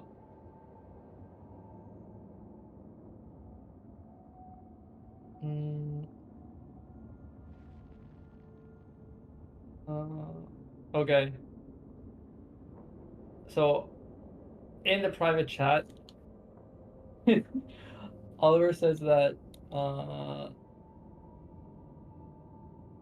uh, that there's a Death Knight that is related to some paladin's quest. Mm-hmm. Then I say that that sounds like a problem for that paladin, not for us. Mm-hmm. And then he says it's definitely 100% our problem. But now it sounds like it's not our problem. I mean, it clearly is Oliver's problem, so it is your problem, yeah. Wait, does Oliver have some relationship with Han and Sota? Oliver just happens to have relationships. Why? It's kind of his thing, I don't know. Isn't Just, Oliver's thing like family? yeah. Wait, did his parents or did his family die in the orc raid Uh, or somewhere? it's unanswered, I think. Okay. Like he doesn't talk a lot to his family for a paladin family. Yeah. But then again, he has like his dysfunctional family of all the other chosen. Ay ay ay. This is becoming a problem. It just worked out like that, okay. It was not planned, it just happened. This is becoming a problem. Yeah. Oh, and uh the amulet. I imagine by this point they probably figured out Mm-hmm. the amulet does that save again or protect against death? As I said, we just go with the description from the spell. We use that for now. Okay, okay. Just making sure. I don't want to go fight a death knight and then figure out there what the amulet does. Yeah. I mean, you could like go ahead and try to figure out uh, what the spellcasting abilities of the Death Knight are, and then maybe like find a way to solve the issues that way. And if this protects against death, then I mean, this is like just we're using meta knowledge here, right? So. Wait, didn't we learn that death knights have death and fireball from Maybe, Nier? but then again, you don't know exactly what the death spell does, right? So since you don't own it, you would have to like go into researching the spell, so you know what. Okay, I understand. No. I understand. And when researching the spell, you would like learn, oh, okay, like so this amulet probably protects against the spell because it's some sort of negative energy nuke, and okay. Okay. Also, I think that make just a lot of stuff is happening. It seems like.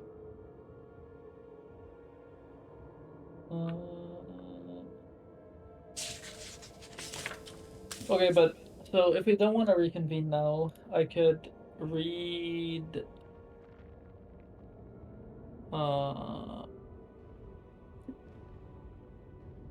books from Northern.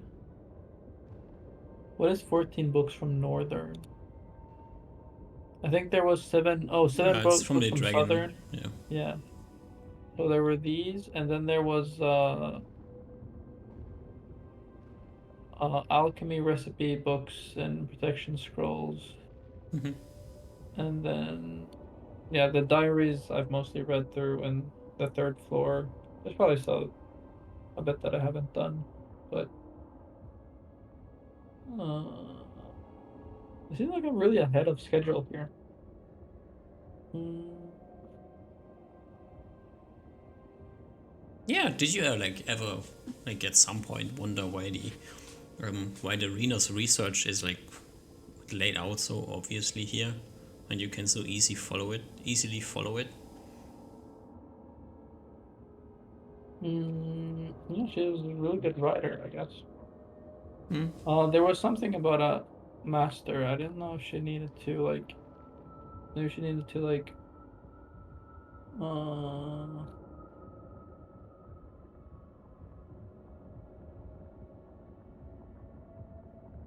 I'm not sure. I think she had some concerns about it earlier in her thing. She said something. I'm not sure if I should write this down. At some point. Hmm. Mm.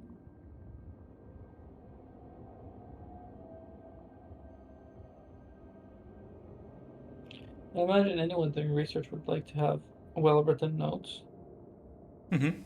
especially if they're doing research for long and you need to look at what you researched 5 years Mm-hmm. ago. Yeah. I'm just like pointing out the fact that like you find all the research material and notes here. You found like zero research in Spieler's laboratory. I think that So was like the. because Hmm. Spiela's laboratory there was like a lot of destroyed Hmm. stuff. I think it might have been like burned or something. So Hmm. there was like a library where all the everything was like broken, Hmm. right? Uh, so why would these stand the preservation, or why would these preserve over time? I don't know. Maybe Dave takes good care of them. Hmm.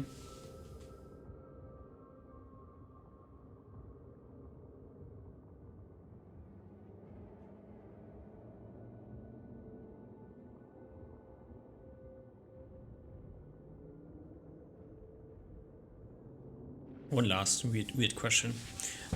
Spieler knew about Reno, right? Yep. So they are like contemporaries. Yep. Uh, but there's no mention of anything weird happening in the Rena's journals.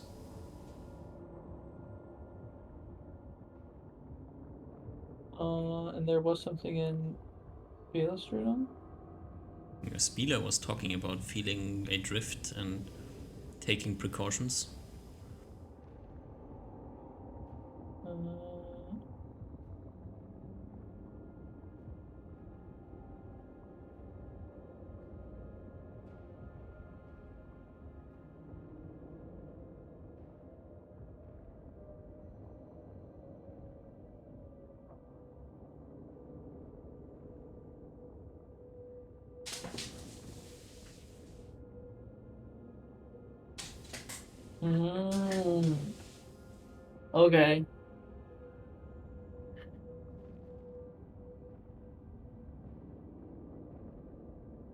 I was just pointing out some timeline things. Like things kind of have to be happening somewhat around the same time. Mm, And then two very different outcomes. That's all I'm saying. You can draw your conclusions from there.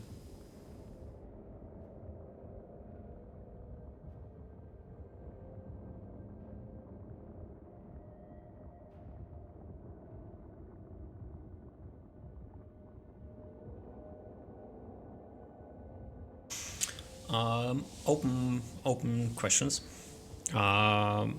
Your apprentice thing. oh, right. You're following up on this, or you let it go? Yeah, I'm following up on it. Like time wise, It is the end of at the end of April when you're going back to pick up your armors. And then you like can place them wherever you want to, or you can stay like in the kingdom and do kingdom things here. Oliver is in the kingdom at this point in time, so you can meet up with him if you want to.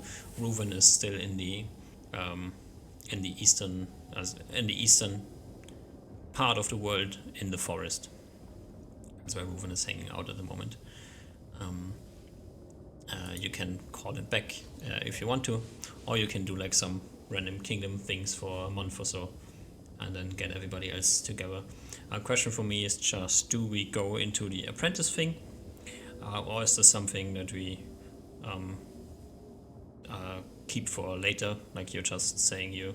Yeah, because I think the main purpose of the apprentice was to be like a leading role in the book acquisition efforts. So yeah, I could go into the apprentice thing now. Okay, I alrighty. think that was a good guide. So you What was it that I promised them? 700, was it 750 gold a year? I think it was like 50 gold and health insurance or something. Some meme thing. Had it open somewhere.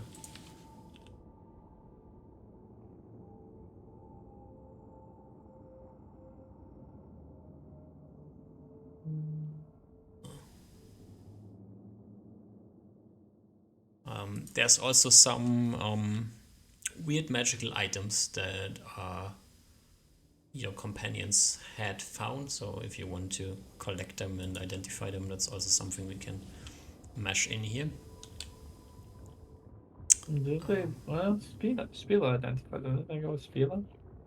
No, Spieler gave them some magical items. They never checked if they saw all the magical items, and she decursed. Oh, this was Nia was decursing, so. Yeah, why didn't they just have Spila identified? Because they didn't.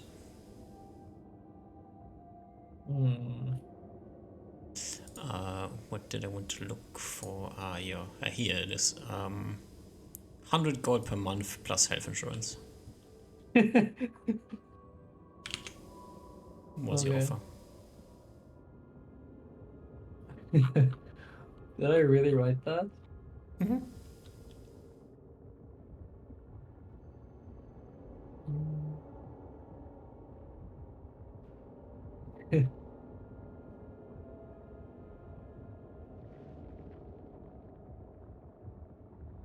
Oh yeah, 100 GP per month plus health insurance.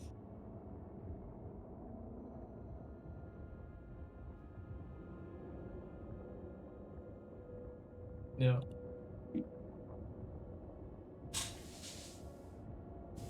Does pinging automatically center? If I do center ping, then it does, yeah. Hey, what is center ping? It's a DM option, focus ping. Why can't players do it? Because Roll20 doesn't want you to mess with other players, just wants the DM to mess with other players. That's so weird. Alrighty, Osmar's apprentice.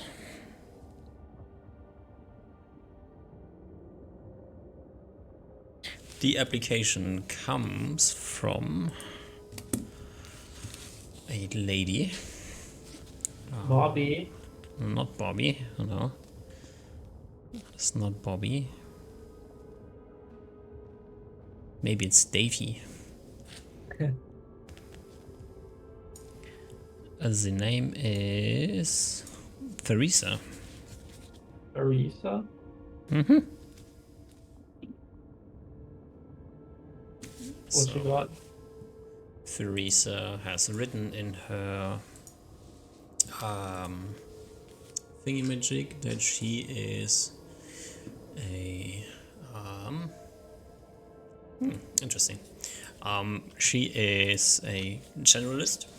Nice. And she has made her summa cum laude finish in the Miners and Masons School of Magic. Best of her class. Oh my god. And yeah, she has heard about you. Since your name is a bit infamous in the Miners and Masons Guild, since you are have been originally been connected to some infamous people, aka Coffin and Red Rachel. It was red. Because of the ring? Because of the ring, yeah. So your name is known in the Miners and Masons School of Magic. And probably in the Miners and Masons Guild, but that you already have figured out yourself, right?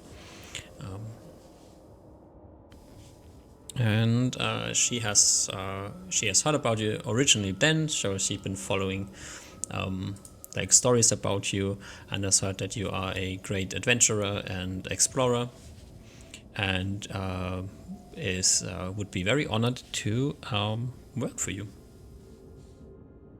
She is a second circle wizard. The second circle means second level or able to cast second level spells. Able to cast second level spells. Okay.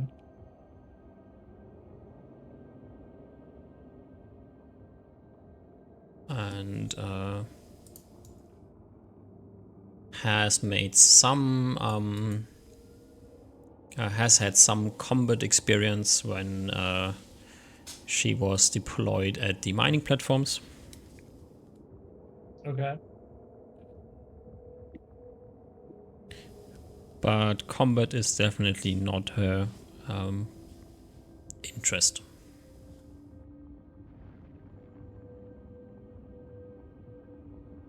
She sounds perfect.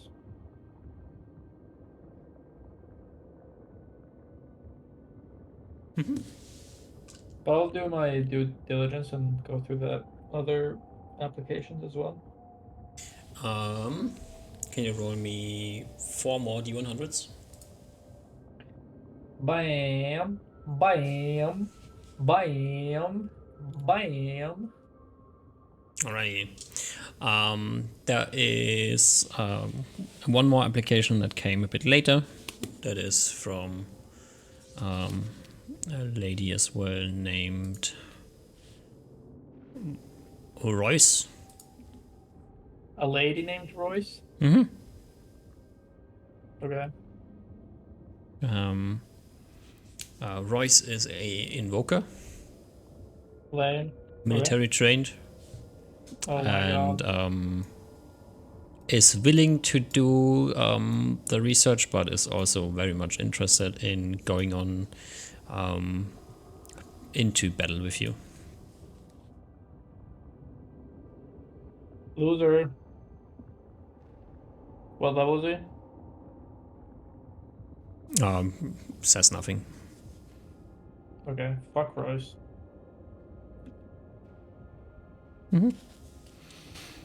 And then there is one more application that comes from somebody who goes by the name of Sneed.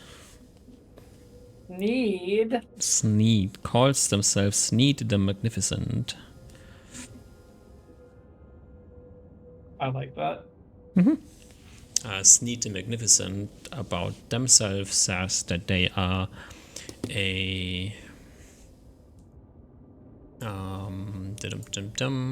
should not have done that, should have done this.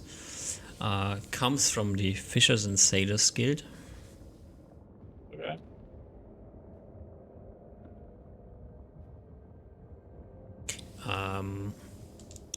Is more like the accounting type. So has like formal wizard training, but is actually more a research assistant than it's like probably like a second level wizard, but has most of his training in There's a name for it. Bureaucracy and accounting and things of that nature. Theoretical, empirical research, all these things. Like, it's definitely more a scientist than a wizard. Okay. Doesn't state a specialization. Okay. Also doesn't say anything about being able to cast 6 level spells. So. Okay. And then there's a last application that is from some lady going by the name of Casey. AC. Casey does not state where she went to wizard school, nor does she state a specialization. But Casey would really like to work for you because she thinks you're really cool, and she has seen you and thinks you're also very cute. And yeah, that's it. Okay. Sounds like Farisa and Sneed are probably the best ones. Probably Farisa's. Unless she's lying. It feels too obviously the best one. But yeah. Could be a plant. Yeah. Yeah, I'll meet with Farisa and wait. Add one book collector guy in each city, correct? That's what was your plan, yeah? So I don't have them in every guild. Mm-hmm. I'll send Sneed also a message like actually yeah, I'll invite them all for to no, I won't invite Royce. I'll invite Royce just for the sake of it. I got Mm-hmm. so few, so you know. So I'll invite them all. Then probably what's gonna happen is I'm gonna end up hiring Farisa as my apprentice. Mm-hmm. And then maybe Sneed if he's interested in another position, like just bureaucracy accounting, like an assistant to Farisa. That would be awesome. Mm-hmm. Uh, that position would pay less, not, but the pay would still be pretty good. What is normal economics? Normal apprentice pay is no pay, but you pay for everything. No, So what? giving them a salary is kind of weird, actually. But I mean, you can be weird if you want to. Cost for a what would this be?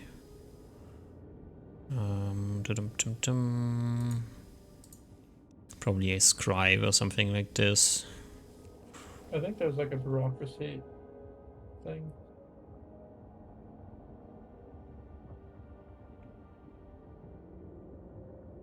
Maybe there's not.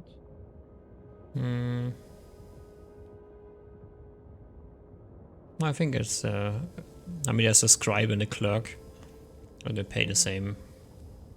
It's like 40 gold a month.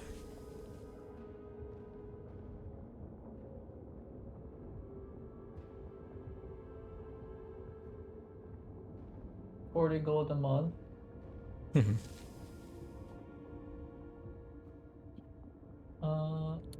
Yeah. I'll offer everyone an interview, and what will probably happen is I will probably hire or take Farisa as an apprentice, and Sneed, I'll offer him a job with the pay of 75 gold a month, so way beyond what normally these kind of guys would get.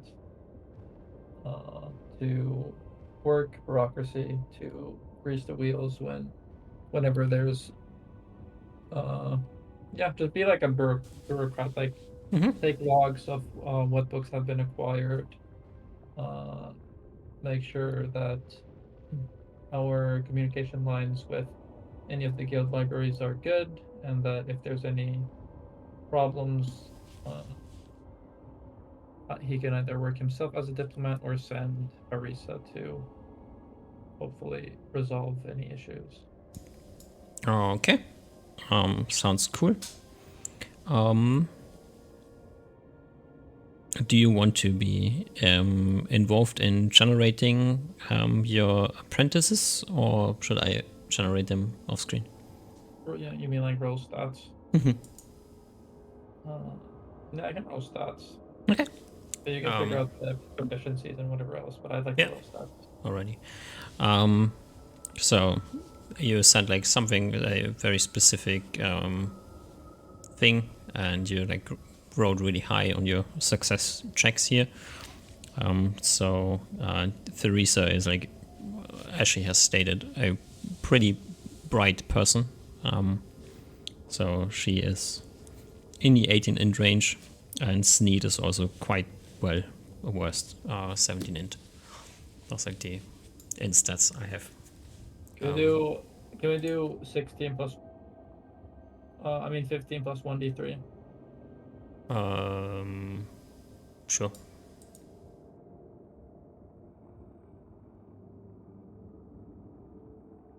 So this is for Farisa, and this is for Sneed. Okay. Alrighty. And then should be 3d6 for disposable NPCs. For everything else. Yep. So is that 5 or 6 rows? Let me quickly grab the character sheet so we can do this properly. 6 more rolls. Okay, so first is gonna be Farisa. Mm-hmm. Or is it gonna be down the line? Do you want to do down the line, or do you want to adjust? She's a Uh, generalist, so she could be down the line.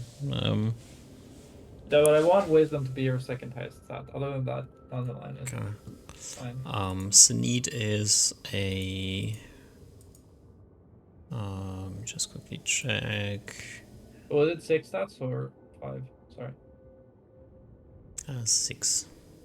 Okay. Sneed is probably a diviner, so. Oh my god. Okay, so 14 wisdom, but Farisa's other stats are really bad. Okay. So 9, 7, 9, 9. Where's the 5 going?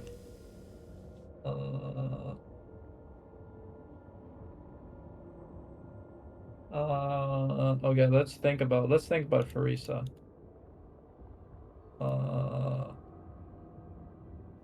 Wait. I just need to open up a character sheet. Is there a thing in the awakening thing? Is there like an example character sheets? No. It's the Koibu 2e PDF. I'll go to sheets. Okay. Like just the 5 Yes, should probably I got it. in Dex or Strength, because she's definitely a studious person. These are all really bad, so I think any of these would be appropriate. Strength or Dex. And then let me open up another sheet for this is gonna be the other guy. So he had 16 int. Okay, so she will have, so it's a 9, 7, 9, 9, 5. Okay, so what is gonna be the 5? She is a student, right? She's graduated well, or summa cum laude, whatever the fuck that means, top 1% or something. Could also be Minor. 5 perception. Wait, is she human or no more? She is human. Human.